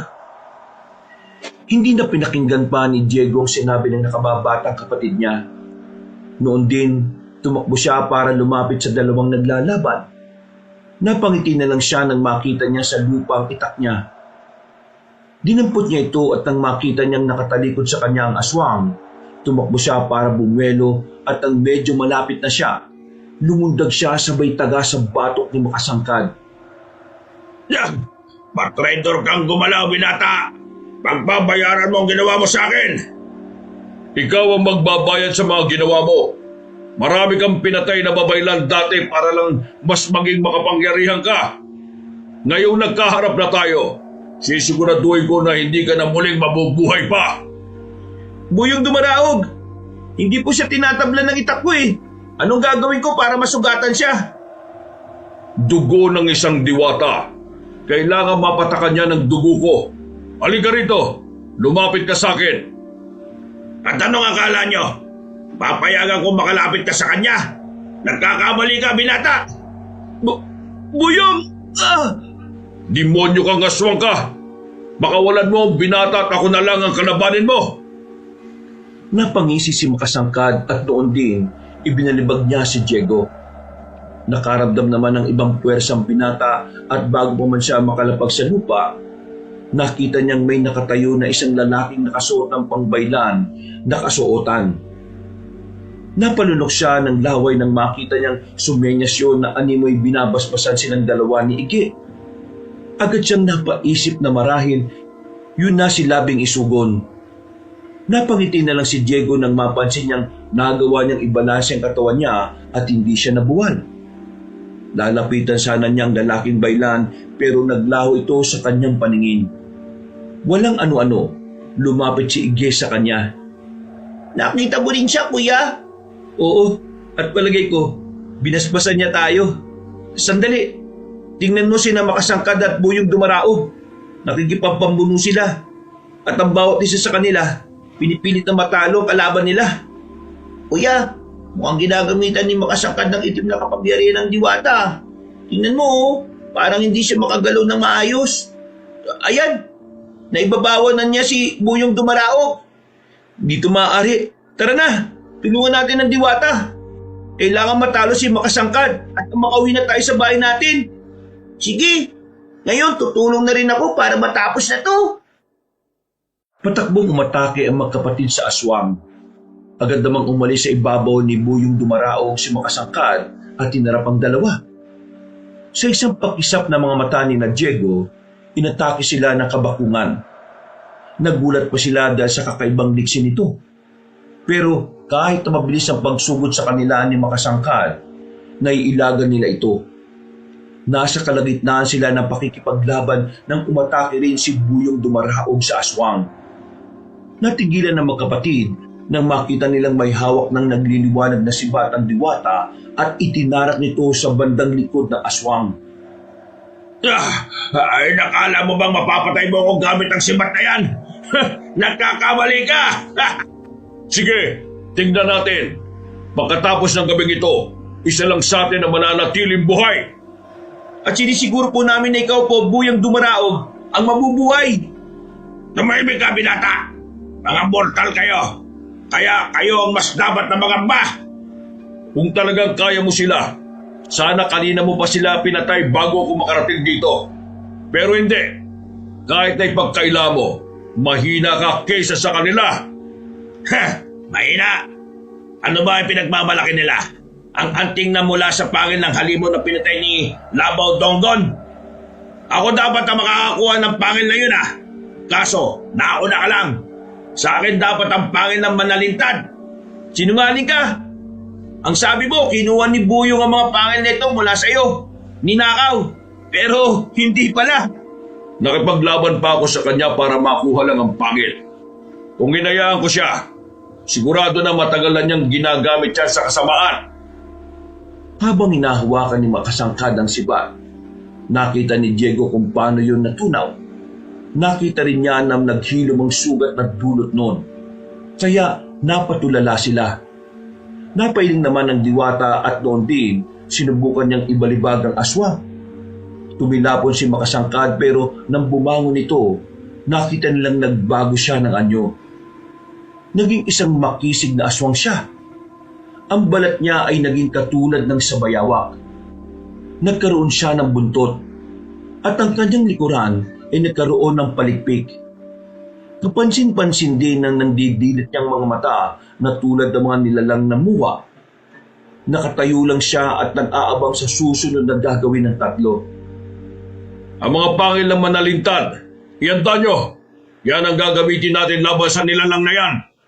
Nasa tunay na niyang anyo ang kabakungan. At siguradong napakalakas niya. Ano pong gagawin natin? Ako ang unang aatake. Kapag may pagkakataon, lapitan niyo siya. Pero bago yon, kunin niyo ang kwintas niyo at putulin ang tali. Magugulat na lang kayo. Magiging malaking pangil yan. Gagamitin niyo para itarak sa ulo at puso ni Makasangkad. Sige po. Ige, mas mabuti siguro kung ubarin na natin ang anting-anting para nakahanda na tayo. Sige kuya. Oh, eto na. Naubot ko na yung sa akin. Sige na, mag-antabay kayo. Ang sinabi ko, sundin niyo kagad. Kailangan hindi na makapalagpa ang aswang na yan. Kapag nagawa na natin siyang patayin, ihahatid ko na kayo pa uwi. Opo, ayan na siya. Parang atake siya rito sa atin. Ako nang bala sa kanya. Hindi siya magtatagumpay sa kagustuhan niya. Mag-ingat po kayo, Buyong Dumaraog. Siya ang dapat na mag-ingat sa akin. Wala akong kamatayan. Nang umangil si Makasangkad, sumugod sa kanyang kinaroroonan si Boyong Dumaraog. Itinuon ni Naigi at Diego ang atensyon nila roon hanggang sa makita nila kung paano makipagpambuno sa isa't isa sina Makasangkad at ang diwatang kakampi ng magkapatid. Nasa kalagitnaan sila ng pakikipaglaban nang makita nilang inibabawan ng kabangkungan si Boyong Dumaraog. Lalapitan na sana ni Diego yun, ngunit napanganga sila nang makita kung paano tumilapon ang aswang nang ibalibag siya ng diwata. Agad namang lumapit si Boyong Dumaraog kay Makasangkad at ilang beses itong pinagsusuntok at ibinalibag. Ilang sandali na lang, matatalo na ni Buyong Dumaraog ang aswang na yan. Kaya sinabi niyang lalapit tayo ron para isagawa ang plano. Gagawin kaagad natin, Ige. Sige kuya, nakantabay lang naman. Ha? Teka, mukhang nabaliktad ang sitwasyon nila.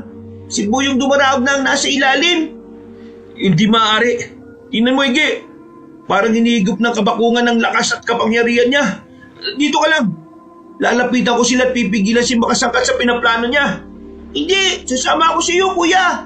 Kung ganon, tayo na. Baka mauli pa tayo. Bilis!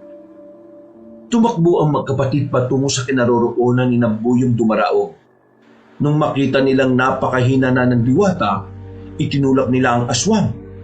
Inalalayan ni Ige ang diwata at inibabawa naman ni Diego ang aswang. Napaangil si Makasangkad at sinikip na umalis sa kanyang pwesto. Nang makita niyang hawak ng binata ang pangil ng Manalintad, napangisi siya. Sinubukan niyang agawin ito. Pero bago pa man niya magawa, pinutol na ni Diego ang tali noon. Anong gagawin mo niyan? Huwag! Kapag ginamit mo yan sa akin, matutunaw lang yan. Ibigay mo na lang sa akin yan at hahaya ko kayong makalis dito. Tama nga si Buyong Dumaraog. Nagiging malaki nga at mahaba ang pangil na ito. Talagang pangil ito na isang halimaw. Ngayon, tingnan natin kung ano magiging epekto nito sa iyo. Huwag mong gawin ang binabalak mo. Sige na, pakakawala ko na kayo. Huwag mo lang akong papatayin. Hindi. Ang babayaran mo ginawa mo kay Itay. Isa pa, may pagkakataon na kami para patayin ka at hindi namin yung sasayangin. Sige na, Diego. Hige. Gamitin na ninyo ang pangil na yan. Patayin na ninyo ang kabakuhan. Sige po, ito na. Binutol ko na rin yung tali nito. Napakaangas nito. Ayun na po, lumaki na yung pangil. At halos isang dip ako ng haba nito. Sige, Ige. Ikaw ang bahala sa ulo ng aswang at itatara ko naman to sa dibdib niya. Tutulungan kita, Hige. Siguradong mahirapan kang itarak yan sa ulo niya. Inakala ba ninyo na magiging madali ang lahat? Nagkakamali kayo! Ikinumpas ni Masangkad ang kamay niya at binalot ang paligid nila ng kulay itim na usok. Hindi nila alam ang gagawin at nang malanghap nila yon, unti-unti silang nanghina. Dahil dito, hinubad ni Buyong Dumarawag ang damit niya at itinapon yun sa ere. Napangangan na lang ang magkapatid nang makita kung paano higupin ang damit na yun ng maitim na usok.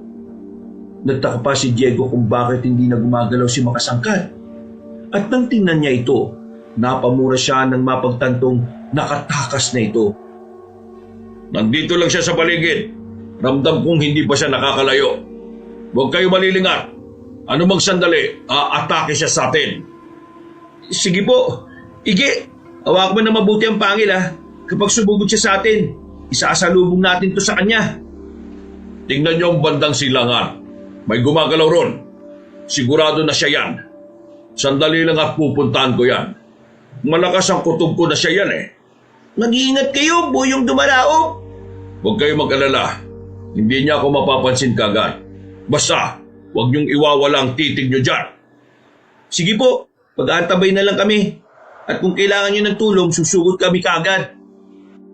Noon din, mabilis na lumapit si Buyong Dumaraog sa bahagi kung saan niya naaninag ang nilalang na gumagalaw. Nang nandun na siya, nakarinig si Diego ng sunod-sunod na pag-angit. Agad nilang naisip na baka nasa alanganing sitwasyon ng diwata.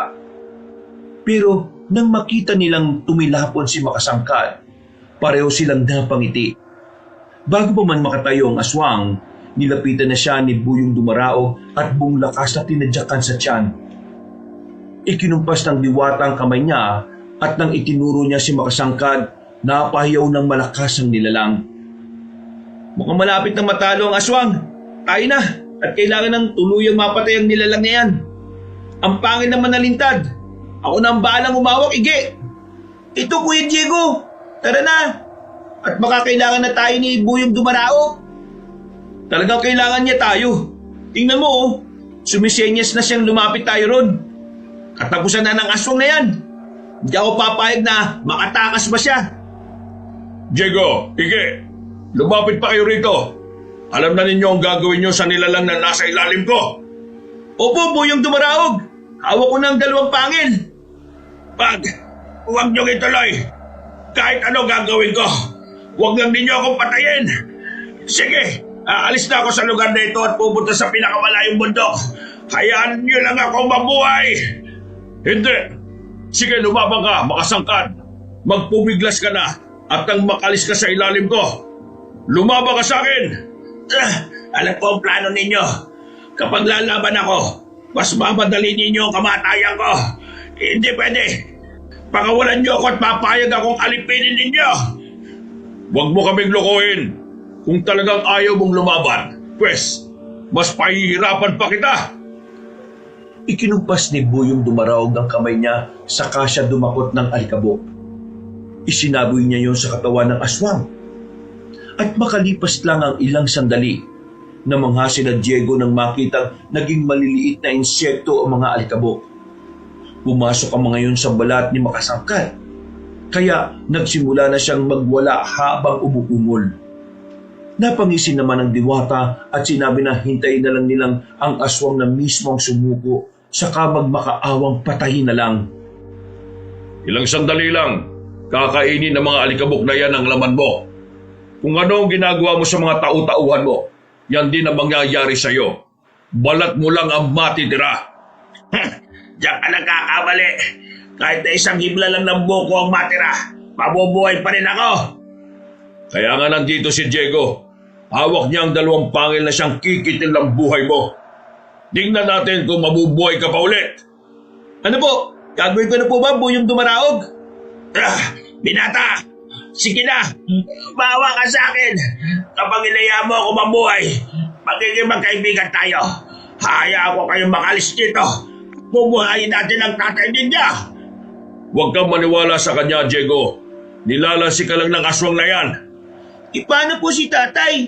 Paano po kung patay na talaga siya? Walang ibang makakatulong sa inyo. Kung hindi ako lang. Sige na! Hayaan niyo ako makaligtas. Ayaw mo talagang tumigil sa pagdaldal, ha? Sige, tingnan natin kung ano pa ang magagawa mo. Muling dumakot ng alikabok si Buyong Dumaraog. Isinaboy niya yun sa bibig ni Makasangkad at napaungol na lang ang aswang nang nabuhay ang alikabok at kinain noon ang dila ng nilalang. Dahil hindi na rin makagalaw si Makasangkad, sinabihan ni Buyong Dumaraog ang binata na itarak na sa dibdib at ulo ng kabangkungan ang hawak niyang pangil. Gawa ng malaki at mahaba ang pangil, unang itinarak yun ni Diego sa dibdib ng aswang. Kasunod nito, hinawakan niya rin ang isang pangil at tumugot ng lakas para magawa niyang itarak yun sa ulo ng nilalang. Napamulagat na lang ang mga mata ni Makasangkad at kasunod noon, tuluyan na siyang binawian ng buhay. Yan ang dapat sa kanya. Ngayon, siguradong lalamunin na siya ng lupa. Sige na, Diego. Kunin mo ng 2 pangil at ibalik ang isa kay Ige. Sige po, pero hindi na po ba mabubuhay ang aswang na yan? Baka po kasi bigla siyang bumangon eh. Hindi na. Durog na ang mga laman at buto niya. Kung mabubuhay man siya, magmimistula na lang siyang puppet. Walang kakayahan at madali na lang kung iligpit. Paano naman po babalik sa dati niyang laki yung pangil na yan? Hindi namin niya makukwintas kung kanyang kalaki. Halos kasing taas ko na yan Buyong Dumaraog. Sige, ganito. Bubulungan ko na muna yan para bumalik sa dati niyang laki. Nang sa gayon, may kukwintas niyo ulit yan. Sige po, maraming salamat Buyong Dumaraog. Nang bumalik ito sa dating laki, muling ikinuwintas ng magkapatid ang pangil ng halimaw na manalintat. Nasaksihan din nila kung paano nilamon ng lupa ang aswang na si Makasangkad. Napatulala na lang sila roon dahil wala man lang kahit na bahid ng dugo sa lupa kung saan ito lumubog. Noon din, nagpasya silang 3 na lumabas na sa lugar na yun. Mabuti na lang talaga, natalo natin ang aswang na yun. Ang buong akala ko matatagal lang tayo makalis sa lugar na ito Kaya nga, akala ko din, habang buhay na tayo sa loob ng kuweba, mabuti na lang talaga. Nakipagsapalaran tayo, tinanap ang lagusan, kuya. Ang sabihin niyo, malakas ang loob niyong magkapatid.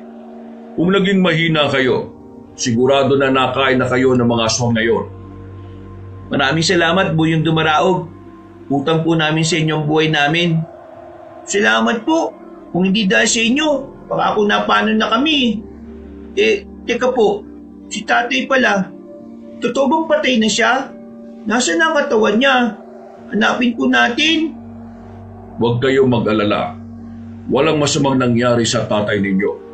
Hindi alam ni Makasangkad na peke ang pinatay niya. Isang unggoy lang na sinabuyan ko ng alikabok para magmukhang tao ang kanyang napaslang. Ligtas ang ama ninyo. Ano po nangyari? Paano naman po ninyo siya nailigtas? Nang hinahanap niya kayo, nakita ko ang mga malabayawak na nilalang na papalapit sa kanya. Nagkataon na merong unggoy sa isang sanga, kaya ginabitan ko yun ang kapangyarihan ko para isipin ng mga aswang na yon ang ama ninyo. Pagkatapos, itinago ko sa loob ng puno ng balete ang inyong tatay. Nasaan na po siya? Gusto po namin siya makita, Buyong Dumaraog. Sige, umatras kayo ng kaunti at gagawa ko ng lagusa.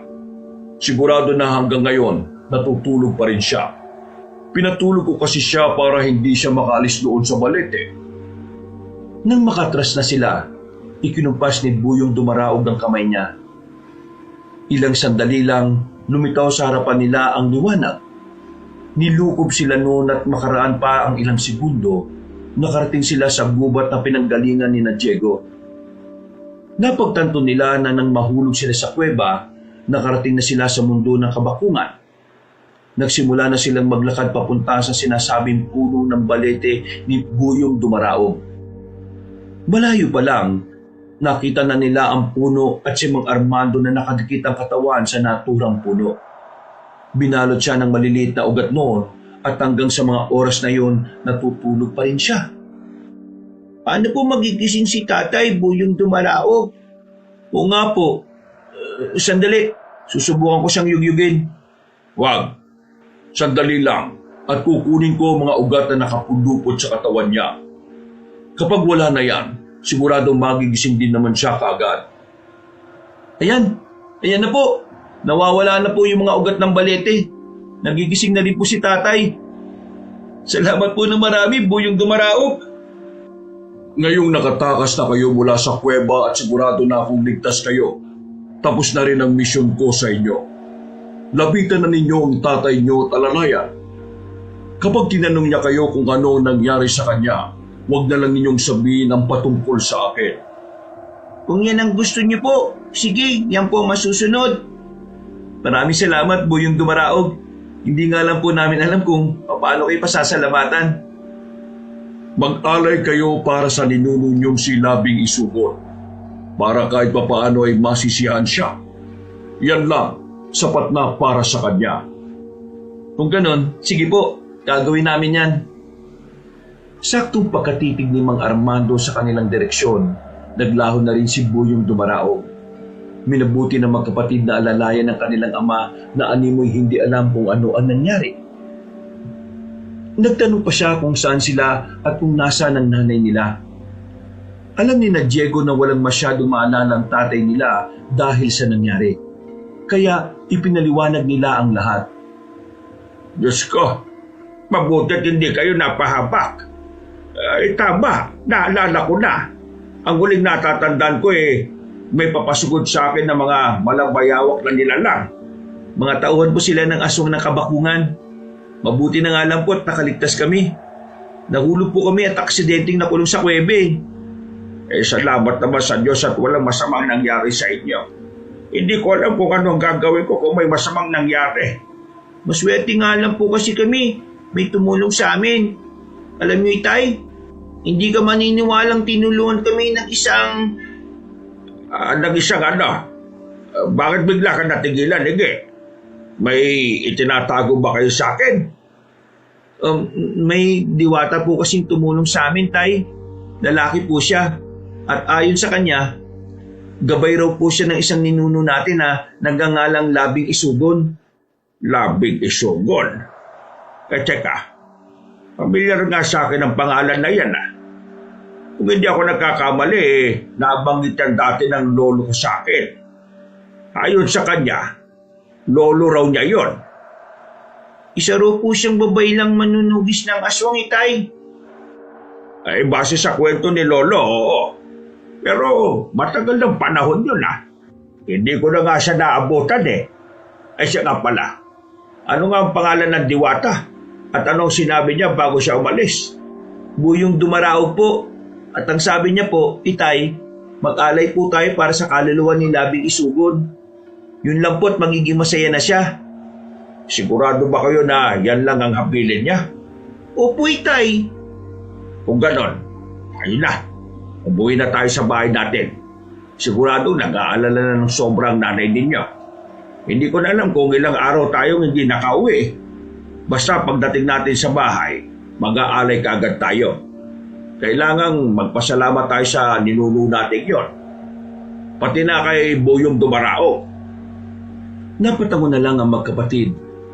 Noon din, naglakad silang tatlo pa uwi. Hindi na hinanap pa ni Mang Armando ang sibat niya. At inisip na lang niya na namatay na ang bayawak na sinibat niya noon. Habang naglalakad, Nagkwento ang tatay ni na Diego patungkol sa naging panaginip niya. Namangha naman ang magkapatid dahil kung ano ang naging bungang tulog ng tatay niya ay siya rin mismong nangyari sa kanilang dalawa. Pagdating nila sa bahay nila, naabutan nila si Aling Loling na umiiyak habang nakaupo sa tapat ng pintuan nila. Loleng, nandito na kami ng mga bata. Huwag ka na umiyak. Pasensya ka na at hindi kami nakauwi kagad. Napakahabang kwento. Diyos ko, Armando, nandito na nga kayo. Teka, hindi ba ako pinaglalaruan ng paningin ko, Armando? Totoo ba kayo? Oo, Loleng. Kami nga ito. Hindi ka pinaglalaruan ng paningin mo. Ang akala ko kasi kung ano na nangyari sa inyo. Akala ko'y patay na kayo. Huwag na po kayo umiyak, Nay. Nandito na kaming tatlo. Walang masamang nangyari sa amin. Tama na po yan. Alam naman ninyo na hindi ko kaya kung may hindi magandang mangyayari sa inyo. Hindi ko alam kung anong gagawin ko. Wala na nga akong gana kumain at hindi pa ako makatulog. Sinubukan kong manghingi ng tulong pero bigo ang mga taga rito na mahanap kayo. Sige na, tumahan ka na. Halika na sa loob ng bahay natin. Mga anak, pumasok na kayo at nang makapagpahinga tayo saglit. Sige po, Tay. Ige, tara na. Mag-aalay pa tayo mamaya bilang pasasalamat. Sige, Kuya Diego. Teka, ano ba nangyari sa inyo? Bakit ilang araw kayong nawala? At nang makabalik kayo rito parang mga pagod kayo. Ay, nako. Ganito kasi nangyari, Lole. Isinalaysay ni namang Armando ang naging karanasan nila. Hindi na rin naglihim pa si Diego at idinitalye nila ang nangyari. Nabahala naman ang nanay nila at sinabihan silang huwag ng mangaso. Dagdag pa ni Aling Loling, baka ikibatay rin niya kapag nalaman niyang may masamang nangyari sa kanyang mag-aama. Kahit labag man sa kalooban ni Mang Armando, nangako siyang hindi na sila mangangaso. Nangamba rin kasi siya sa kaligtasan ng dalawang anak nila. Lalo pa't minsan na silang nakasagupa ng aswang. Basta, hindi na kami mangangaso ulit, promise. Pero, teka, bago ko pala makalimutan, Diego, tulungan mo ako at gagawa tayo ng munting altar sa labas. Magkakatay na rin tayo ng manok para may aalay tayo. Alay naman? Para saan? Para kanino? Para sa isang ninuno namin at sa diwatang gabay niya. Hindi ba nabanggit ko na sa iyo yung dati si Labing Isuton? Gabay niyang diwa ang tumulong kina Diego para makaligtas. Totoo po, Nay. Sa katunayan nga po, may ibinigay siya sa amin ni Ige Pangil daw ng halimaw na manalintad. Manalintad? Teka, hindi ba yun ang halimaw na nasa epe ko? Tama, yun nga. Kung gayon, hindi lamang basta kwento ang lahat. Malaki ang posibilidad na may basihan din sila. Magpapatuloy pa sana ang pagkukwento ni Mang Armando, pero naalala niya ang plano nilang pag-aalay. Dahil dito, bumaba sila ni Diego. Inihanda nila ang mga kailangan nila. Nang matapos sila, nagsimula sila mag-alay para kay Labing Isuton at Buyong Dumaraog. Gawa ng pagod sila, hinayaan na lang nila ang mga alay nila roon sa labas ng bahay nila. Minabuti nilang pumasok na sa kanilang tirahan saka kumain at magpahinga. Makalipas ang ilang araw, Armando, kanino yung dalawang baka na nakatali sa tapat ng bahay natin? Hindi ko kasi namalaya kung sino nagtali nun eh. Abay, ewan ko. Nagising nga lang ako na nandyan na yan eh. Mas mabuti siguro kung magtanong-tanong tayo. Mamaya baka nakaw ang mga bakang yan. Tayo pa ang pagkinalaan. Inay, Itay, kaninang madaling araw po, may nakita ko mga tao na nagtali dyan. Pero hindi po ako sigurado kung tao po talaga sila. Matata sila at tapos sobrang puti nila. Tapos, nandyan na sila sa tapat ng bahay, sobrang bango ng hangin, parang ilang-ilang. Kung hindi ako nagkakamali, mga engkanto nakita mo, anak. Huwag niyong pakikilaman ng mga bakang yan. Mamaya baka kung ano pa yung kapalit yan eh. Paano naman po kung bigay pala yan ni Buyong Dumarao? Baka biyaya yan mula sa kanila at gusto nilang alagaan natin yan. May punto naman ang anak mo, Armando. Baka nga galing yan sa kanila. Malay natin, yan na pala yung makakapag-ahon sa atin sa kahirapan. Ay bahala kayo. Pero mas mabuti kung magtanong-tanong na muna tayo sa mga kanayon natin. Kailangan masiguro muna natin na walang nagmamay-ari niyan. Saka na natin ariin ang 2 bakang yan, Loleng. Ay siya, sige. Ngayon din mismo, aalis ako at magtatanong-tanong sa mga kanayon natin. Basta, kung walang nagmamay-ari sa 2 hayop na yan, magiging sa atin yan, ha? Nang makaalis na si Aling Loleng, bumaba na rin si Mang Armando at ang magkapatid. Pinuntahan nila ang 2 bakang nakatali at namangha sila dahil sa kakaibang kulay ng balahibo nito. Napansin din nila na mas malaki yon kaysa sa mga karaniwang baka sa kanilang lugar. Nang makauwi na sa bahay nila si Aling Loleng, sinabi nito na walang kahit na sino sa napagtanungan niya ang may alam patungkol sa mga baka. Dahil dito, minabuti nilang angkinin yun at alagaan. Itay, nanganak na po yung buntis na baka natin. Hali kayo, tingnan niyo ang bisiro niya. Ang bira po. 2 ang iniluwal niya. Aba, oo nga. Ay teka, alin kayo. Lapitan natin ang bakang yan. Kung ganyan sana palagi, sigurado na mabilis ang pagdami ng mga alaga natin. Sige mga anak, kumuha kayo ng mga diameron at bigyan niyo mga alaga natin. Kailangan busog sila palagi para magiging mabilis din ang pagdami nila. Abay, may 4 na tayong baka kung sakali. Sa mga susunod na taon sigurado na mas dadami pa sila. Sige po, kami na pong bahala, Nige. Aalis na po muna kami, Inay. Higip na rin kami para may mainom sila. Ay, mas mabuti pa nga mga anak. Sige na, mag-iingat kayo ha. Araw-araw naging ganoon ang gawain ng magkapatid dahil tinutukan nila ang pag-aalaga sa mga baka. Makaraan pa ang ilang taon, nadagdagan ng kanilang mga alaga. Nakabili na rin sila ng lupa at iba pang mga kagamitan. Tuwing magkakaroon ng bagong anak ang kanilang baka, nag-aalay sila sa mga diwata. Alam nilang naging susi sa pag-angat ng kanilang buhay ang pakikipag-ugnayan nila kay Buyong Dumaraog. Magmula rin noon, hindi na sila nakaengkwentro pa ng mga aswang na katulad ng kabakungan. Marami na mga alaga natin. Halos kada 3 buwan, nakakabenta tayo ng mga baka. May mga ipon na rin naman tayo Ano kaya kung pumunta na lang tayo sa kabayanan, doon manirahan at magnegosyo? Ano naman ang naiisip ng negosyo? Sige nga. Di karne ng baka. Ikaw talaga, kuya. Hindi parang ganun na rin ang sitwasyon natin yan. Ang importante, hindi na tayo nakatira sa liblib na lugar na to. Kahit na baka pa rin ang magiging negosyo natin. Karne na nga lang. Ay nako, kayong 2 talaga Mas tahimik na ang buhay natin dito. Huwag na tayong makipagsapalaran pa sa bayan. Baka mamaya kung mapaano pa kayo ron. Kung gusto nyo, kayo na lang. Total, kaya naman ninyo ang sarili ninyo. Hindi ba? Basta palagi kayo mag-iingat. Hindi po namin kayo iiwan, Inay, Itay. Opo, tama po, sige. Kung saan kayo, doon din dapat kami.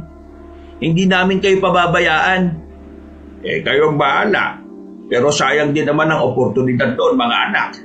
Kontento na po kami kung ano man ang meron tayo ngayon. Aba, sino nga ba mag-aakala na magiging ganito ang buhay natin, di ba? Dati, kung hindi tayo mga ngaso, wala tayong may ulam. Ngayon, kahit na anong gusto nating ulamin, mabibili na natin.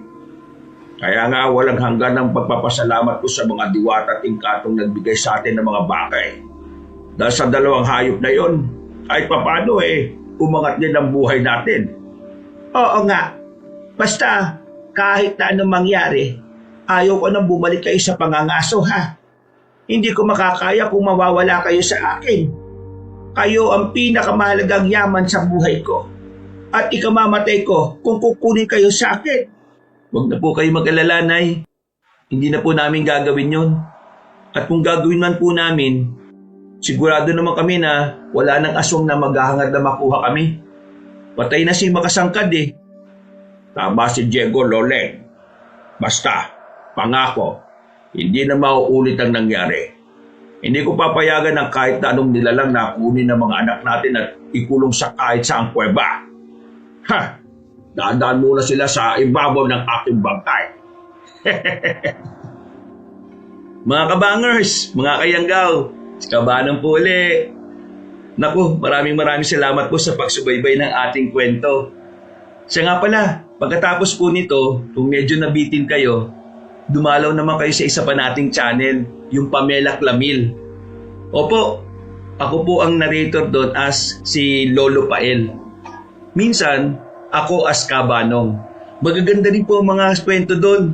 Kaya sana po pakinggan nyo at huwag nyo pong kalimutan na mag-subscribe rin kasi konti pala po mga subscriber doon Tapos, mag-comment rin kayo at mag-like. Maganda rin po kung isi-share nyo rin po yung kwento. So hanggang sa muli, magkita-kita ulit tayo. Ito ulit si Kabanan na nagsasabing, we love you all! Wakas! Itay